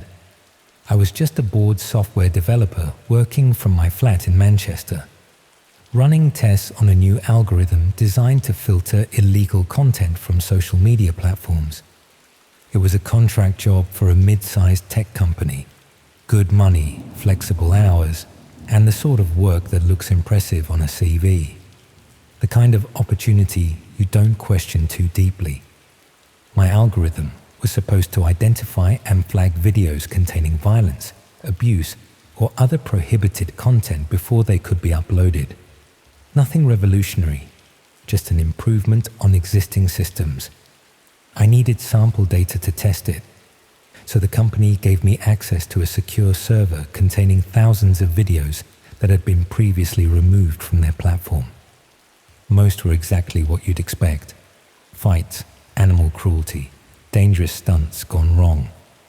The algorithm handled these easily, assigning risk scores with over 95% accuracy compared to human moderators. But there were outliers, videos that humans had flagged, but my system missed entirely. These were the ones I needed to focus on to improve the detection rates. One particular video kept slipping through. The file name was just a string of numbers and letters, and according to the metadata, 6 different human moderators had flagged it for immediate removal, each citing different reasons. When I finally reviewed it myself, I was confused. It showed an empty room with white walls, a concrete floor, and a single metal chair in the center. Nothing happened for nearly 3 minutes. No people, no movement, just static footage of an empty room. The video quality was poor, with occasional digital artifacts, compression issues most likely. I ran it through the algorithm again with different parameters, but it consistently received a low-risk score. I noted this as an anomaly and moved on to other samples. But that night, lying in bed, I kept thinking about it. Why had 6 moderators independently flagged an empty room? What were they seeing that both I and my algorithm had missed? The next morning, I downloaded the video file and examined it more carefully. The metadata contained an unusual string in the creator field, what looked like an onion address, the kind used on Tor networks. Out of professional curiosity, I accessed Tor through a secure virtual machine and entered the address. It led to a black screen with a simple login form and a counter displaying 4,291. As I watched, the number increased to 4,292. The site offered no explanation of what this counter represented. No context, no identifying information. Just a login form and that steadily increasing number. I closed the browser and returned to my work. I had deadlines to meet, and mysterious websites weren't relevant to improving my algorithm. I modified the code to better detect empty rooms with strange metadata and moved on to other test cases. 3 days later, I received an email from an address consisting of random characters. The subject line was the same string of numbers and letters as the video file name. The body contained only a username and password, followed by the words, "Observer access granted." I should have deleted it immediately, should have reported it to the company's security team. Instead, I saved the information and continued working as if nothing had happened. That night, after a few glasses of wine, I reopened my secure virtual machine, accessed the .onion address, and entered the credentials. The site loaded to show the same empty room from the video, but now as a live feed. The counter in the corner showed 7,843. A chat window occupied the right side of the screen, messages scrolling by too quickly to read properly. From what I could gather, users were discussing preparations for something called an event. Some were placing what appeared to be bets using cryptocurrency.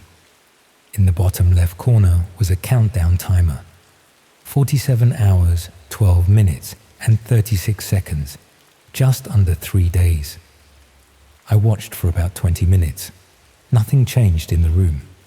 The chat continued with discussions I couldn't fully follow, filled with abbreviations and terminology I didn't recognize. I logged out, shut down the virtual machine, and tried to forget about it. The next day, I received another email from a different random address.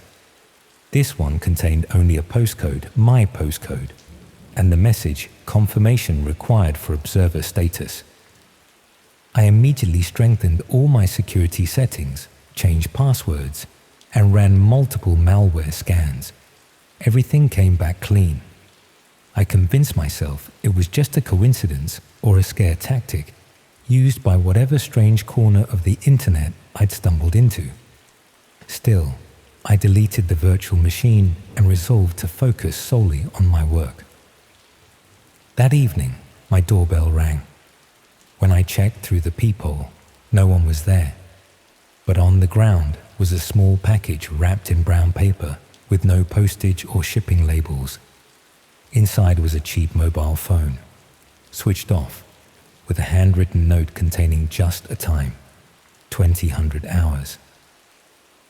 Against my better judgment, I turned on the phone at the specified time. It immediately connected to a network I didn't recognize and opened to a video feed. The same room, the same angle, but now the chair was occupied. A person sat there, head covered by a black hood, hands secured behind their back. The counter now showed 12,574 and was increasing rapidly. The chat window was moving so fast it was just a blur of text. The countdown timer read 0031 minutes 8 seconds, 31 minutes. I wanted to turn it off, to throw the phone away, but I couldn't look away. I told myself I needed to know what this was, what I had inadvertently become involved with. At exactly 20:30, a figure entered the frame wearing a featureless white mask and surgical gloves. They carried a small tray of implements I couldn't clearly identify. The masked figure approached the bound person and held up what looked like a scalpel to the camera. The chat suddenly slowed, and a message appeared in red. Bidding begins. Choose location. I switched off the phone, my hands shaking uncontrollably. I understood now what I had found, what the algorithm had failed to detect, what those 6 human moderators had recognized from experience. The empty room wasn't just an empty room. It was a stage being set. I spent the night researching red rooms, supposedly live-stream torture or murder that viewers could pay to watch or even direct. Most credible sources insisted they were urban myths, technically impossible to stream securely. But what if the conventional wisdom was wrong? What if someone had found a way to make it work? I needed to report this to the authorities, but I had a problem. I had accessed the site. I had watched. My digital fingerprints were all over this, and I had no way to prove I had stumbled onto it innocently. I decided to gather more evidence before coming forward. The next day, I returned to work and began examining other videos that had slipped past my algorithm, but been flagged by human moderators. There were 5 more showing empty rooms, each with different layouts, but similar empty chairs. Each file contained hidden .onion addresses in the metadata. That evening, another package arrived at my door. This one contained a USB drive. When I checked it on a secure system, it contained a single video file. It showed the complete event from the previous night. I couldn't watch more than a few seconds before shutting it down. But in those seconds, I saw enough to know this was real. These weren't actors. This wasn't simulated. And according to the counter, over 15,000 people had watched it happen. I decided to go to the police the next morning. I would turn over everything I had found and face whatever consequences came with it. I spent the night copying evidence to an external drive and writing a detailed account of how I had discovered the site.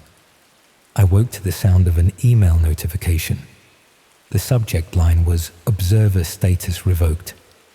The body contained my full name, address, and a photograph of me sleeping in my bed, taken from inside my flat, hours earlier. Below the photo was a message: "Participant status pending. Current bids, 18 inches. I left immediately with just my wallet and phone, checked into a hotel on the other side of the city using cash. Spent the day moving between public places, trying to figure out what to do. That evening, I returned to the hotel to find the door to my room slightly ajar. Inside, everything appeared untouched except for the television, which was turned onto a blank screen with a counter, 23,109. I packed up again and left, taking a night bus to Leeds, found another hotel, tried to sleep, woke to find my new room's mirror had fogged up despite no one using the shower. Written in the condensation was a set of coordinates and a time, 2 days from now.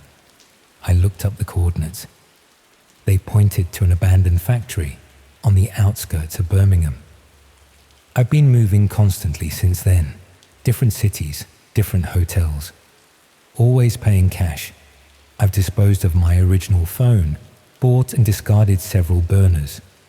Each time I think I've broken the pattern, I find evidence they found me. A note slipped under a door, a message written on a receipt, a counter displayed on a digital screen as I walk past. The most terrifying part is not knowing how they keep finding me, or who they even are. Is it one person? A group? Is it the thousands of observers, some percentage of whom are actively tracking me? I've examined my clothing for tracking devices, checked for implants under my skin, scanned for rogue wireless signals. Nothing. 3 hours ago, I received a text on my newest phone, one that no one should have the number for. Final preparations underway. Broadcast begins 2100. Viewer count 41,863. I'm writing this in a library in Glasgow using a public computer. I've been on trains, buses and taxis continuously for the past 48 hours. I haven't slept, barely eaten. I'm running out of cash, options and places to hide. I've come to a terrible realization. What I discovered wasn't just a red room. It was an entire ecosystem built around them. My algorithm wasn't failing to detect prohibited content. It was being trained to deliberately ignore it. The company that hired me wasn't trying to remove this content. They were developing sophisticated methods to hide it in plain sight. The contract job, the test videos, the access to the secure server, it was all a setup. They weren't assessing the algorithm's ability to detect prohibited content. They were assessing me, my reaction, my moral flexibility, my potential as either an asset to their operation or a threat to be eliminated. And I failed their test by showing too much curiosity, by looking too closely at what I was meant to overlook. The most disturbing part is how vast this network must be. The resources required to track someone across multiple cities, to always be one step ahead, to have eyes everywhere. It suggests organization and reach that goes beyond what any ordinary criminal enterprise should be capable of. I wonder how many other programmers, content moderators, and data analysts have been pulled into this system. How many recognized what I failed to see and chose to look the other way? How many became observers rather than raising alarms? How many are watching now? I have less than 6 hours until the scheduled broadcast. The counter likely shows over 50,000 by now. 50,000 people waiting to watch what happens to me. I've considered turning myself in to the police, but what if some of them are connected to this network? The level of coordination I've witnessed suggests infiltration of normal systems. Who can I trust? I keep thinking about those other empty rooms I found in the test videos. How many people have sat in those chairs? How many more will follow? And was I selected randomly? Or is there something specific about me that made them choose me as the next subject? I don't know if anyone will believe this account. It sounds paranoid, even to me as I write it. But I know what I've seen. I know what's hunting me. I'm going to post this and then head to the train station. I have a plan to get to a remote village in the Scottish Highlands where a former colleague has a holiday cottage. No internet, no mobile service. Maybe if I can stay off the grid long enough, they'll select another target, move on to someone else. That's the final horror of this system. The knowledge that my only hope for survival may be that someone else takes my place in that chair, that the observer's attention shifts to another victim, that the algorithm selects a new participant. The idea makes me sick, but I'm out of alternatives. If you're reading this and you work in content moderation, data filtering, or AI development, pay attention to what your systems are being trained to ignore. Look closer at the empty rooms. Ask questions about the files everyone seems to overlook. And if you ever receive an email offering observer status, delete it immediately. Don't let curiosity lead you where it led me. The broadcast is scheduled for 2100 hours tonight. I have no intention of being in front of a camera. But as I've learned over these past terrible days, my intentions may no longer matter.